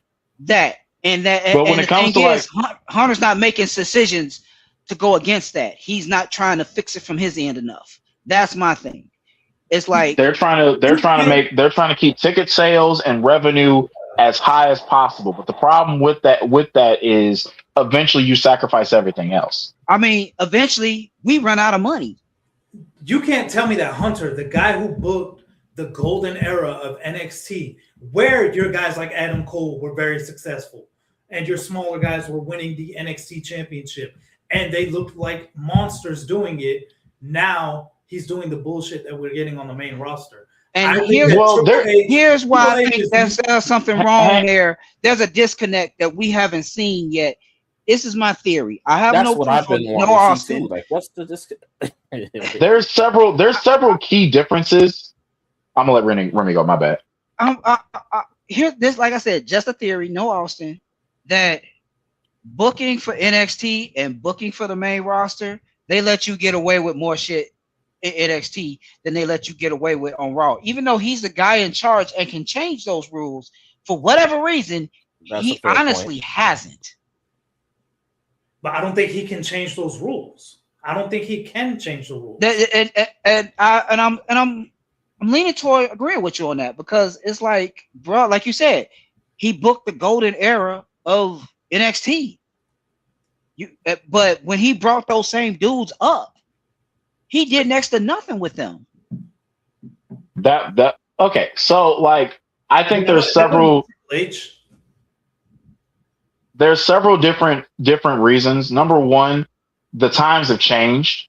What worked 10 years ago in NXT is not going to work on the main roster now. True. Even with Hunter booking it now. Number two, he does not have the same type of performers now that he had back then. You know, back then you had Kevin Owens, Sami Zayn, Johnny Gargano, Aleister Black, Undisputed Era. You had Bailey, Asuka, those types of guys. Because he had some of those, and he just had younger versions of those. And Hunter could knees and backs. Hunter could do whatever the fuck he wanted there. Vince McMahon was not interfering with Hunter. Now, when Vince got a hold of him on Raw and SmackDown, Vince would do whatever the fuck he wanted. But on NXT, Hunter could book that absolutely what he wanted to. He had nobody to answer to. Now he's got to. Go ahead, T. I'm sorry. Now he's got to contend with TKO because a lot of those takeover cards, they were also 5-match cards, the same way that these PLEs are now. And like it's a different audience. It's a different audience, and it's a different paymaster. True, and I think that's kind of what I was getting at because even during the golden era of NXT, when we had our Adam Coles, our Karrion Crosses, and all of them that were booked so well on NXT, Triple H, he didn't answer the Vince. I don't think Triple H was on the main roster at that time yet, but they would get called up, and then they would fall under Vince, and that's where we started getting our stupid Bearcat Keith Lees and God, Karrion Kross with because Vince didn't watch NXT. Vince didn't watch NXT. You cannot convince me he did. He used him as fodder because you had Karrion Kross's first match and he lose to a roll up from Jeff Hardy. Yeah, he didn't give a fuck. As the NXT just so we can as the NXT champion, by the way. Yes, the undefeated NXT champion. Yes. And yeah, this is something I was just thinking about too. So Vatia said you could argue now that he has a better set of hoopers than he did back then, but they're being put on the back burner until the top guys get moved out of the way. Yeah. I remember a lot of these current top guys were guys that were 10 years ago looking for an opportunity. Cody Rhodes left WWE in 2016 because he was in the same position that LA Knight is in now. Yep. At a much younger age. Exactly. At a much younger age. He was only 30 at the time. LA Knight is knocking on the door of he's 43. He's looking at retirement within the next few years. Like if LA Knight does not win Money in the Bank this year and go on to win the world title, he's not going to be a world champion in WWE. Yeah, it's a wrap. And it makes me sad to see that for him. Like I'm holding out hope for him. It's crazy how we're rooting for a guy who's 43. Yeah. But LA Knight, that's the thing. LA Knight has organically gotten people to be his fans. I didn't know much about. I knew him when he was in TNA and everything. When he was what was he? Eli Drake. Yeah, and I liked him there. But LA Knight came to WWE. He got put in that fucking garbage MXM storyline or whatever. Yeah, Maximum Male Models. That was not NXT. That was SmackDown, and it was terrible. He was okay. He was okay. He was okay in NXT. In NXT, thank you. Yeah. And because that's when I started calling him Stone Cold Ric Flair. Because he started ironing out his personality there. But the thing is, he ironed out that personality. It took him a year to get that right. Because the one before that, it was all right, but it wasn't what this was.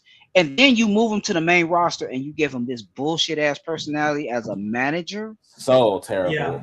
That pissed me off. That made me not like nothing about that whole thing. That Maximum Male Models bullshit was pissing me off. When he showed up that last time and said, "That ain't my goddamn name. My name LA Knight," and I was like, hell yeah. That won me back over for him because that was pissing me off with them. I'm like, y'all, why are y'all doing this to him when he can go? To me, LA Knight and NXT didn't. It was LA Knight came to NXT in a weird transitional period. I felt because they were in the. He came in right before they went to NXT 2.0. And then they did that War Games match with Black and Gold versus 2.0, but he was on Team Black and Gold. And I was like, it didn't make much sense to me. Like, and I think it's just the time he was the oldest guy on the team, but he was also there the least. Yeah. Right. Yeah. I thought that shit was wild. Weird that he was even in that match, but I'm like, y'all need Gargano, Ciampa, and Pete Dunne made perfect sense, but like, why not Kyle O'Reilly instead? Right. I think like LA Knight was so over that when Roman Reigns, the original head of the table, because it looks like that's what he is now. But when Roman Reigns, when they were going to have that match in Saudi, and Roman Reigns came out, he was holding up the belt, and all you heard was LA, and LA Knight interrupted the entrance, and the pop that man got, like that was insane. It's not like he's not over. He's over with the fans. He's been over with the fans. It's the fact that he's been over in spite of being booked terribly. Because a lot of times they'll book you like shit, and then people stop cheering for you because you're a fucking loser. And LA Knight is still getting a good reaction from people. And despite how bad they're booking. Even in his backstage segments, you can hear the fans when he say everybody saying, and they on cue. Yeah, if you ain't got every that, time. if you ain't got that type of pull with the fans, that will not go over well, and it is not missed for him once. Yep. Nope. Once. And that even in that questionable feud with Bray Wyatt, he didn't lose any shine. People are turning away from WWE because people are begging for new stars. Yeah, first off, as they should. And then on top of that, you have certain. It worked for Jey Uso. They put the World Heavyweight Championship on Jey Uso, which I thought was a smart move. He was the most over guy in the company at the time. They gave him his title victory at WrestleMania. Granted, a lot of people, Jey Uso is not a good professional wrestler, whatever. Okay, that may be the case, but you know what? He was the most over guy. He was selling your merchandise and everything. He was a moneymaker. Fuck off.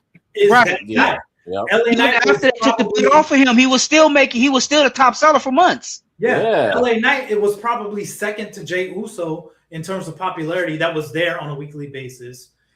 And he's still popular to this day, and he is getting booked like fucking shit. And that's why people are souring away. Look, these are the guys that we like. We're screaming every single week who we like, and you're booking them like trash. So why are we going to keep watching? Well, right. Why would I keep watching this when you're not going to book the person I like? And Vitia made a good point in the chat here. She said, it seems like they don't trust LA Knight with main event spots, especially after what happened in the Money in the Bank match with Seth. And that's what I've been thinking since I caught up on Unreal. I'm like, damn, y'all trust this motherfucker after this one little slip up where it ended up being better than what they had planned. And I understand that too. And I'm a big fan of Jey Uso. Don't get me wrong, but Jey Uso has botched plenty of times throughout his career. Yeah, he was still trusted to be the World Heavyweight Champion. So, the fact he showed up to the press thing after him and Cody won the tag belts, drunk as fuck. Yeah. And they still punishing LA Knight for some shit that happened in the ring. And Jay, an hour after the match, you drunk. It was entertaining. An hour after the match, you drunk, sir. Jey Uso is the modern day Jeff Hardy.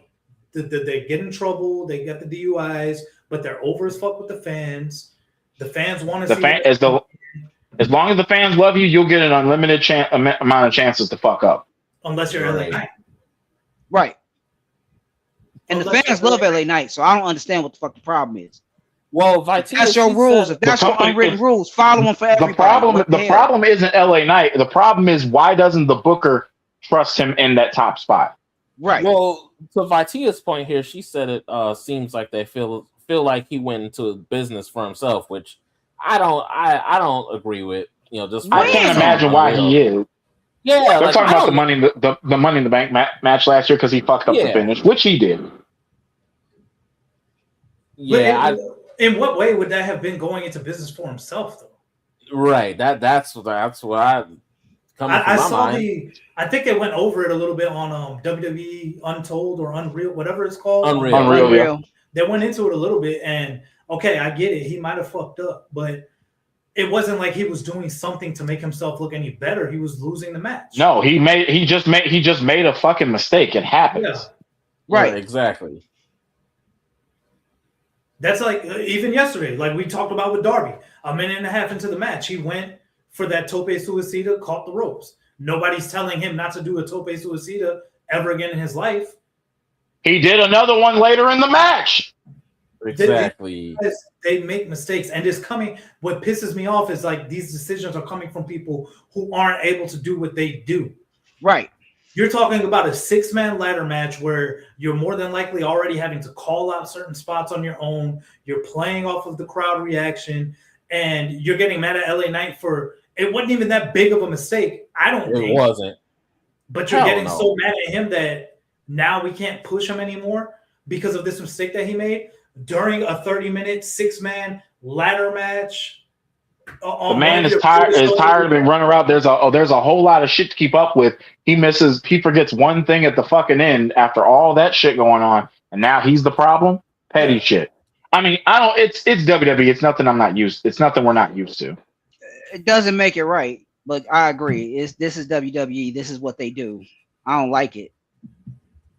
Because I'm sorry, LA Knight deserved a belt at least 2 years ago. Mm-hmm. Yeah. I'm gonna just say it like it need to be said. He deserves some type of title. Instead of Even Jey if it's Uso at mid-card. Saturday night's main event, I would have had him against CM Punk. And they gave him the U.S. title for a while, but then they took it away. Really. His U.S. title reign was like not even that good. They had him. They used him to kill off the best of 7 series with Carmelo and Andrade. Right. Like how did y'all ruin Game 7 like that? And then he dropped it to Shinsuke Nakamura, who proceeded to have one of the worst reigns in recent memory. Yeah. And I say this as a fan of Shinsuke. As a fan of Shinsuke, that was not it. That made me sad. I do want to know. I'm curious. So this is going to be a big talking point on the AEW side of things. Kevin Knight. Yes. The heel turn. He did it in a big way. He went after one of the most beloved stars in AEW, and they have history. And I don't know, they were trained both by Buddy Wayne, if I'm not mistaken. This is true. Remember, Kevin also took Darby out of the Continental Classic last year. Which one of y'all called it that Kevin was gonna cost Darby the title? Somebody called. I think it was John Harris. Yeah, okay. John did. Yep. John Okay. Because I'm like this sounds like I've covered this already. Yeah, Somebody told me he was gonna do it before Sunday, and I'm like, so he didn't cost Darby the title. He turned after the fact, though. Yeah, okay. They were taking Darby out on the stretcher after he lost to MJF, and that's when Kevin jumped on he chased MJF out the ring, and then he hit the UFO splash while Darby was on the stretcher. Yep. I mean, you know what? That's huge. Darby had one job. One of the biggest AEW pay-per-views of the year, and that's huge for Kevin Knight to be the one that closes the show with a shocking heel turn on top of that. Yeah. That's big for that young man. I just hope he follows through with it right. I hope so too. And what really got me is that, like you said, Remy, John called it, and us three specifically were talking about it, and I was watching it, and I had a hunch, and me and John were both saying something about this don't feel right. Something about this feels awkward as hell. That promo he cut on Wednesday was heelish AF. Yeah, that's why I was like, something feels off about this. And then John said it, I was like, oh my God, I see it. And then it happened, I was like, you motherfucker, Kevin Knight, you damn you. Well, I mean, if you're gonna blame anybody, you blame John, because John mentioned it. I mean, if they were gonna turn anybody in jet speed, it made more sense to turn Kevin Knight, because I can't buy Mike Bailey as a heel. He's way too, for lack of better terms, and no offense when I say this, he's way too dorky. Oh, Speedball? Yeah. I can agree with that. So I think what's going to end up happening, I think initially it's going to lead to a feud with Speedball, because I don't think we're going to see Darby for a few weeks. So I do think Darby will be out. Speedball will come to Darby's defense. That'll give us a title match between him and Kevin at Forbidden Door. And then I think Darby comes back and probably wins the TNT Championship at All In. That's what I think. Or Kevin beats Darby to retain the title at All In. Either way, I think we're getting that match at All In.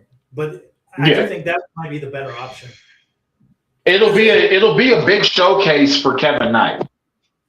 Because I would like to assume that if you did that big of a spot with Kevin Knight turning heel at the end of your pay-per-view, that you have some big plans for Kevin Knight moving forward. Oh, I could tell they've had big plans for Kevin Knight since they first hired him. His within 2 weeks of being with the company, he's wrestling Will Ospreay on a pay-per-view. They got some plans for him.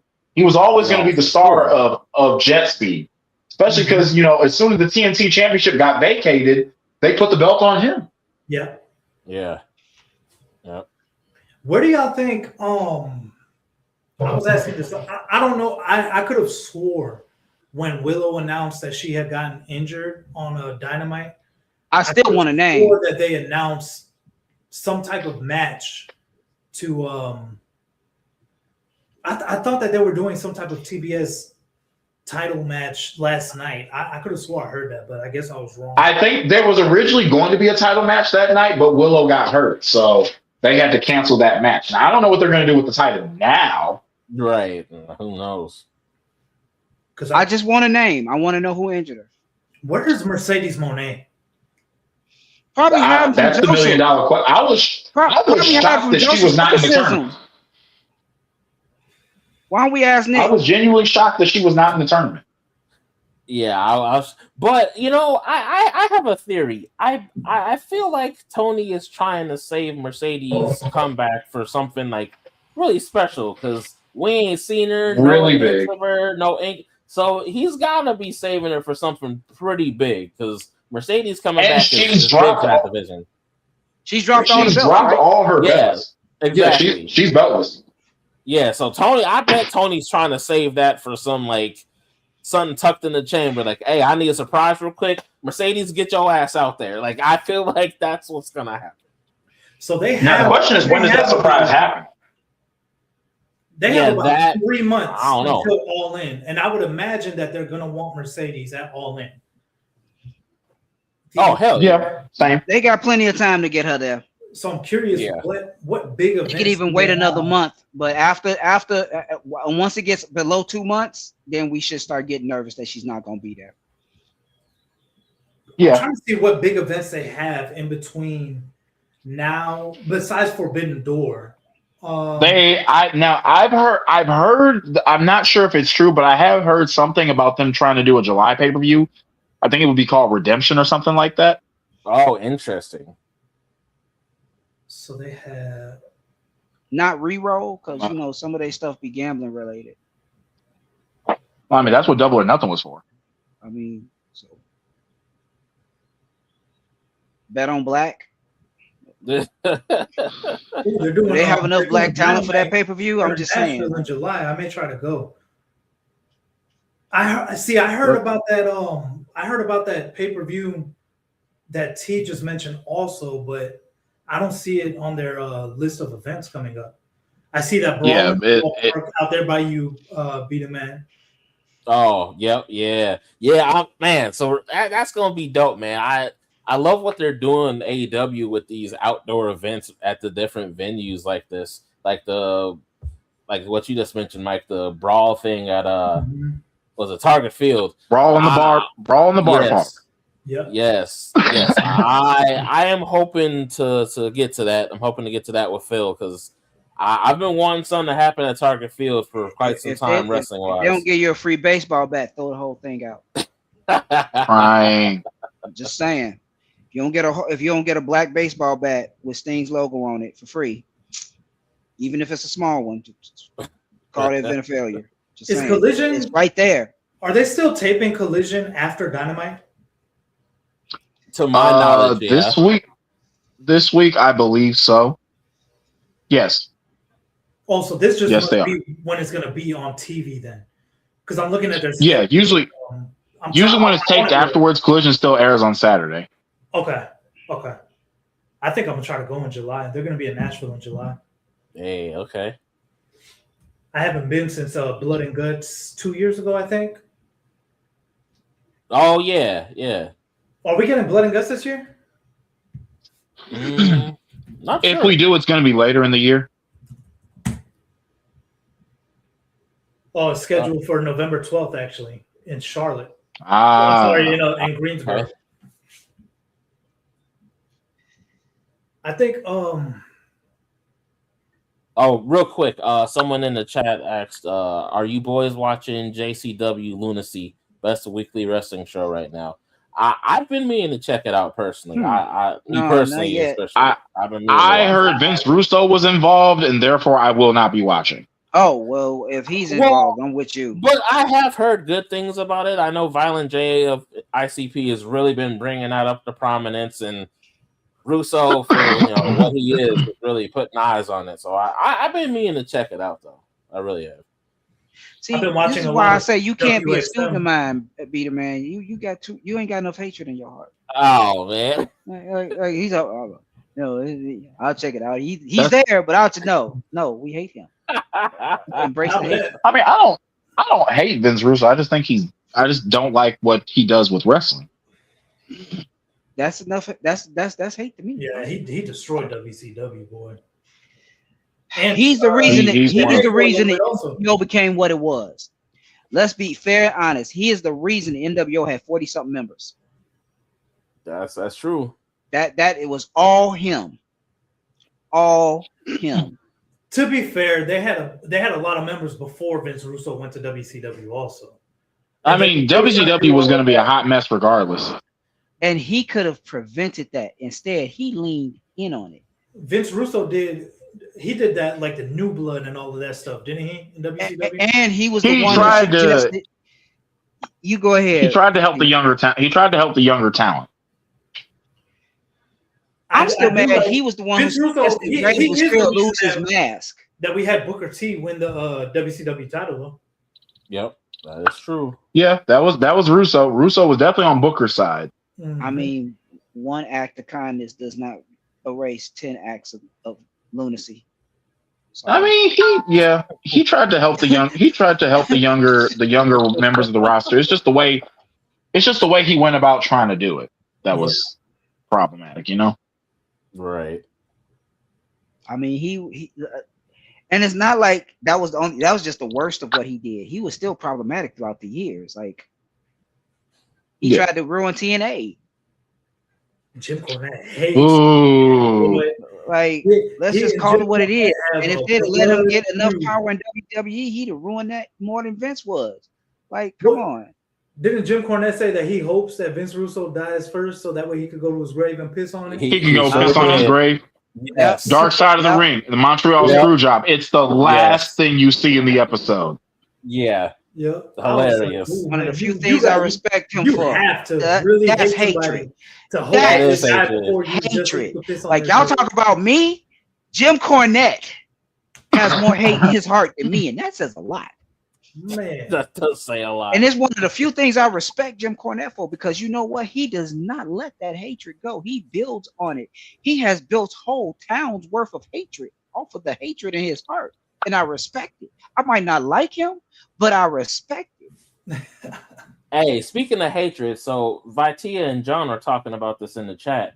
MVP came out with with essentially the reason why him and Bobby ended up leaving. So let me just pull up this quote. I think here. I remember reading something about that. I believe the Haroon twins are ones that posted about it. Yeah, it came from MVP's podcast with Dwayne Swayze. Essentially, he was saying that Triple H, coward and a liar, the usual stuff he's been saying. But apparently, Bobby Lashley couldn't get Triple H on the phone. Triple H wouldn't give Bobby any time, one-on-one time. That's so it's like heard. a combination of things. And MVP was like, "I'm not re-signing. Don't re-sign. Let's bounce to AEW." Okay, that makes sense. Yeah, and it does, and I don't blame him. I mean, I know he's talked about it a lot. I think it is time. He's talked about Hunter a lot. Yes, a lot. So there's some hatred there. You want to talk about hatred? And I was gonna say, but I feel like he's not using it right. Not using your hatred right is crazy. What? He talks about it. You look here. You can either whine about it or you can do something. That's all I'm saying. Oh my!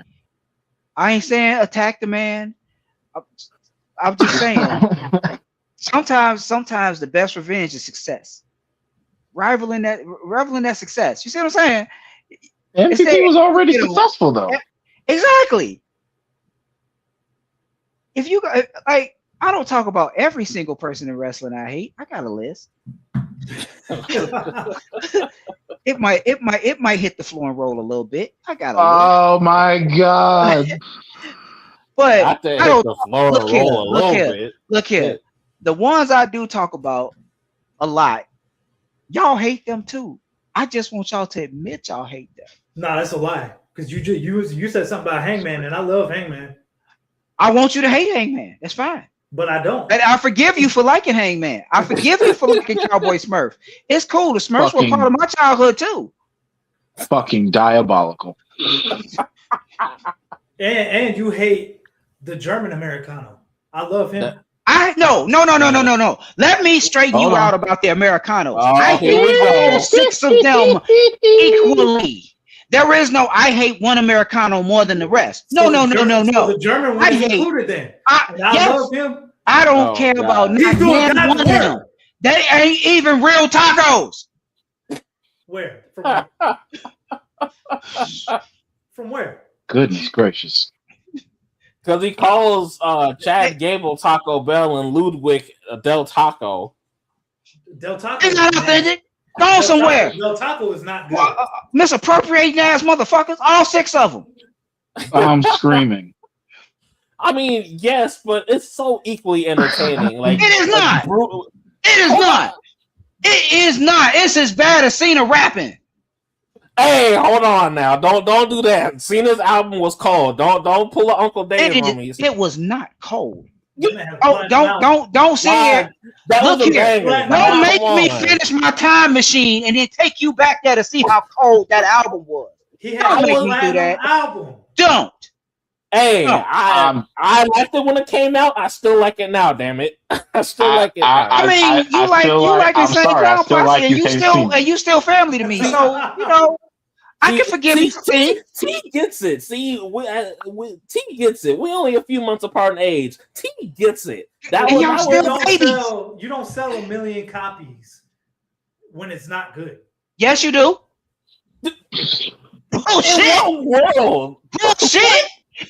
Bullshit. There are a bunch of motherfuckers who have hit platinum and they shit was trash. Some of Drake's albums was trash and he hit platinum. Don't give me that. Don't give me that. Yeah, say it louder for my wife. Don't even give me that. He has like a cult-like following though. So, and you act like wrestling fans won't shell out money for Cena. Don't try to make one thing not like the other one. It's exactly like the other. Stop it. No, you going too far, man. No, you want to talk about a bad wrestling album? fans did that shit. Don't give me that. No. Wrestling fans bought the album. Macho Man's album was not good. What? Macho Man's album was not good. No, it was trash. Look, bro. Macho Man's album. Be a man slaps. I'm sorry. Yes. Thank you. I mean, y'all see the name. Be a man, Hogan. Come on, don't be scared. You're running from Macho. That's what I heard. Come on, man. I mean, that bar was hot, but that didn't say the album. And the fact that Jimmy Hart can write a fire rap song, because didn't he write the Wolfpack theme? Yes. C Murder just performed it? Yeah. Yeah. Jimmy Hart should have had an album. Well, he didn't have an album. Imagine Jimmy Hart rapping the Wolfpack theme song. That man should have made more money ghostwriting than he did from wrestling. I'm just saying. And I wonder how that comment C Murder just looked like. All right, yeah, I'll rap it. And you can't tell me he didn't like that shit after he finished rapping it. Probably. That's probably his biggest hit of all time because C Murder was horrible. Yes. Yes, he was. Let's see. Rip Shot said Macho Man is the best rapper of all time. Lord. Be a man, Hogan. It's a whole diss track for Hulk Hogan, bro. When the day that man passed away, I was like, we smoking that Hulk Hogan pack. And yes, I played. I almost sent out invites for a party. I'm not gonna front. My god! And you can ask anybody I know. I'll do that shit. Be a man, Hogan. Y'all should know I'm one of the pettiest people y'all know. Absolutely great. Oh my god!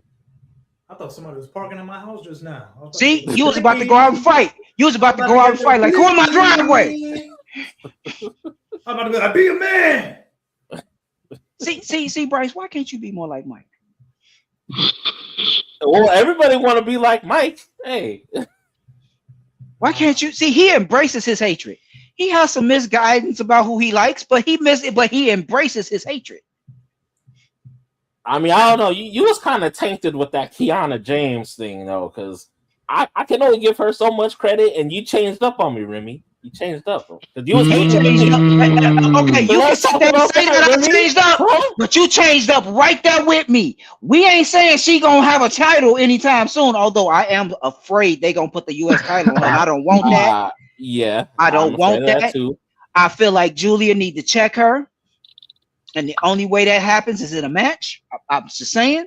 Oh no, I think that if you look at her wrestling ability 2 years ago and you look at her wrestling ability 2 weeks ago, you will see that she is a different wrestler. That is all I'm saying, and it is a better wrestler than 2 years ago. That's all I'm saying. Because she's probably been working with Charlotte. Apparently, they're pretty good friends from what I be seeing on Instagram. So really, you might have to thank Charlotte for a lot of that, which I know you don't. I didn't hit.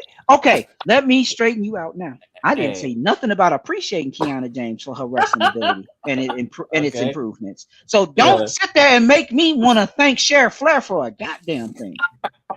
Well, I do not thank Nepo babies. I don't care what. And I know the internet gonna hate me for this. I don't care. I don't care. What? I ain't saying Kiana James don't deserve some type of credit, because here's the thing. Most people don't improve at the rate she improved at with little to no matches. That's all I'm saying. She disappeared for a year and came back a better wrestler.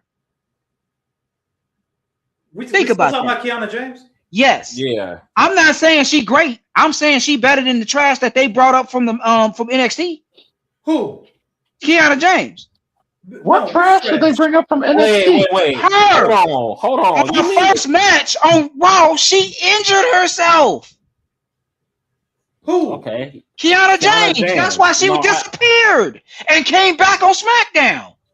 But you just said that she's better than the trash that they brought up from NXT. That's the trash I'm talking about. She's better than she was when they brought her up from NXT. I'm trying to figure out who is the trash. She was trash when they brought her up. She was trash as all hell. And she is better now than she was when they brought her up. That's all I'm saying. I ain't saying I appreciate it, because she still get on my nerves. I was so confused. You are so slow sometimes, bro.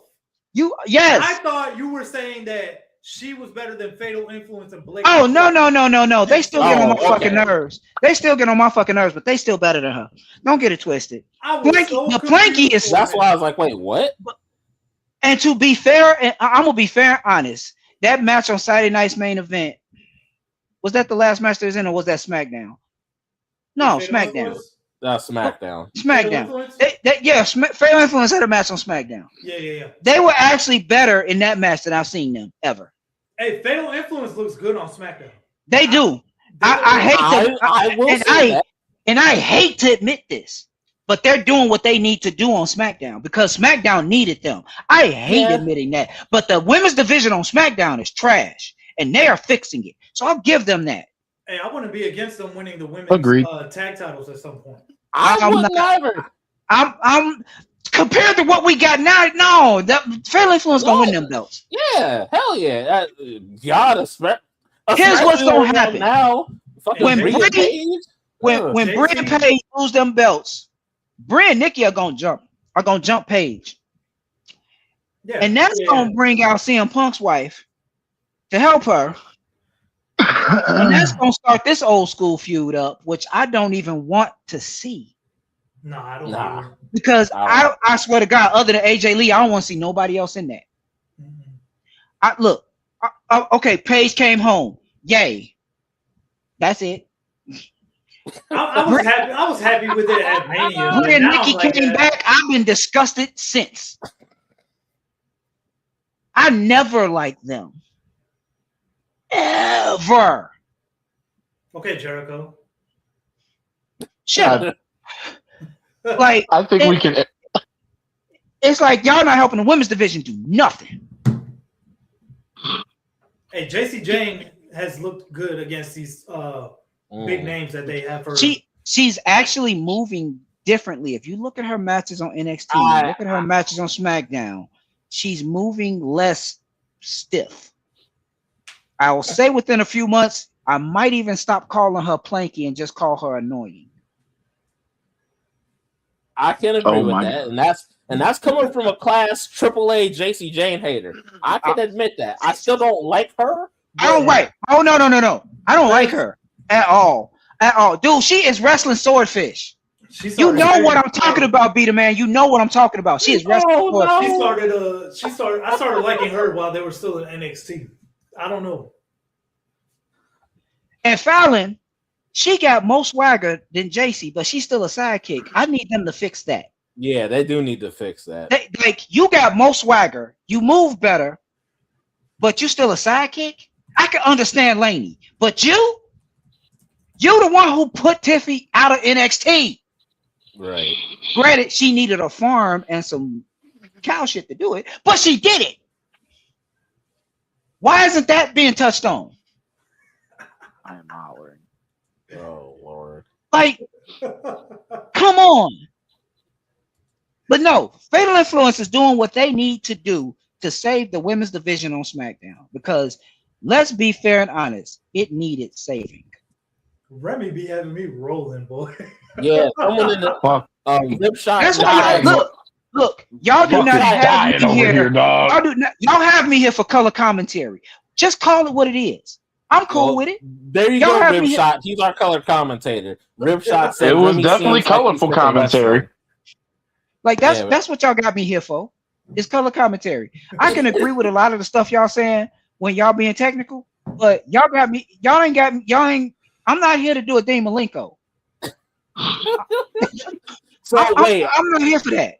Are you Enzo Amore then? Should we call you our Enzo Amore? Wow, that's disrespectful.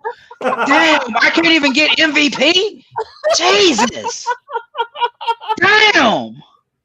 See now I gotta get in the car, drive 9 hours to Minnesota just to fight you. How disrespectful would that be when I pull up? How? Oh, I'm not gonna even send a drone. I'm gonna just go. I'm gonna take some time off from work when I get my PTO. I'm taking it and I'm gonna come see you because that was disrespectful. Enzo Amore, motherfucker. Hey, that's what happens when you get on me about the damn box and Royce Keys. I ain't said nothing about that box in over an hour. I was giving you grace on that. Yeah, I was gonna say, do you really want me to go in now? Do you really want me? Danhausen made better use of the box than you. Oh, come on, man. Danhausen made clones in the box. What did you do? You put a black man in the box. Disrespect. Hey, bro. Somebody ring that bell.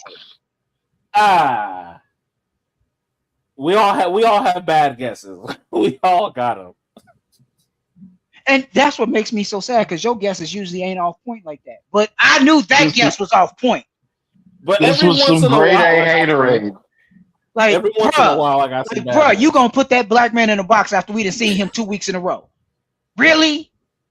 I thought it was. I don't even know what makes me more angry about your guess: the fact that you were wrong or the fact that Joseph was right.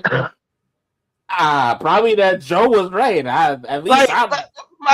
What did you do? No. You gave us somebody who we seen Stephanie McMahon interview. I'm just look at this. Look at this look. In fairness, there is no fairness. Hold on. In fairness, I thought they would have did it because was it like Michael Hayes or whoever back in the day said, "Well, the best debut was when somebody." Oh no, Bruce Pritchard said it. When somebody comes out the box, take it over. Yeah. So that's why I was like, "Why are you listening to Bruce Pritchard in 2026?" Not by choice. Not by choice. T, this your boy. By choice. T, this your boy. You not gonna ask him that question? You not gonna look at him with a little side eye for that one? Not by choice. I'm just saying, not by choice. Hey, look, bro. I'm not saying it was willingly. I'm just saying you heard the man. And did it work out? Not by choice. I mean, it's Bruce Pritchard. He got the job, not me. Why are we listening to him in 2026? I'm just saying. I mean, that's a question you should ask Hunter. Yeah, this is true. But I'm asking Bryce because Bryce was listening to him too. I wasn't listening to him. It was a quote. That quote influenced your opinion on this guest, didn't it? Didn't it? You ain't got no saving grace here. You brought this back up. I was being nice about it for once. Not see. Now I got to bury you with it. Lord. You gonna sit there and put this black wrestler in a box.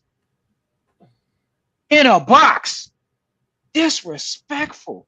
See, we can't even hang out on Black History Month because of this, because of you. Just like the old Europeans. Man, I didn't even say it, but I was thinking it. Your boy said that. Hit that man. He said that one. I'm sorry. Is you Anglo-Saxon on me? Is that what we doing? Oh my God. Is that what we doing? I can't breathe. Is that what we doing? Oh damn. God. I thought we was in solidarity after that strap match in the middle of Black History Month last year. I thought we was in solidarity. I still agree on that. I thought we was in solidarity about bullshit like that. Firmly in solidarity for that. About that strap match last year during Black History Month. Because whoever booked that shit is not going to heaven. Ass whooped. And then you gonna come up over a year later with some Anglo-Saxon ass guests.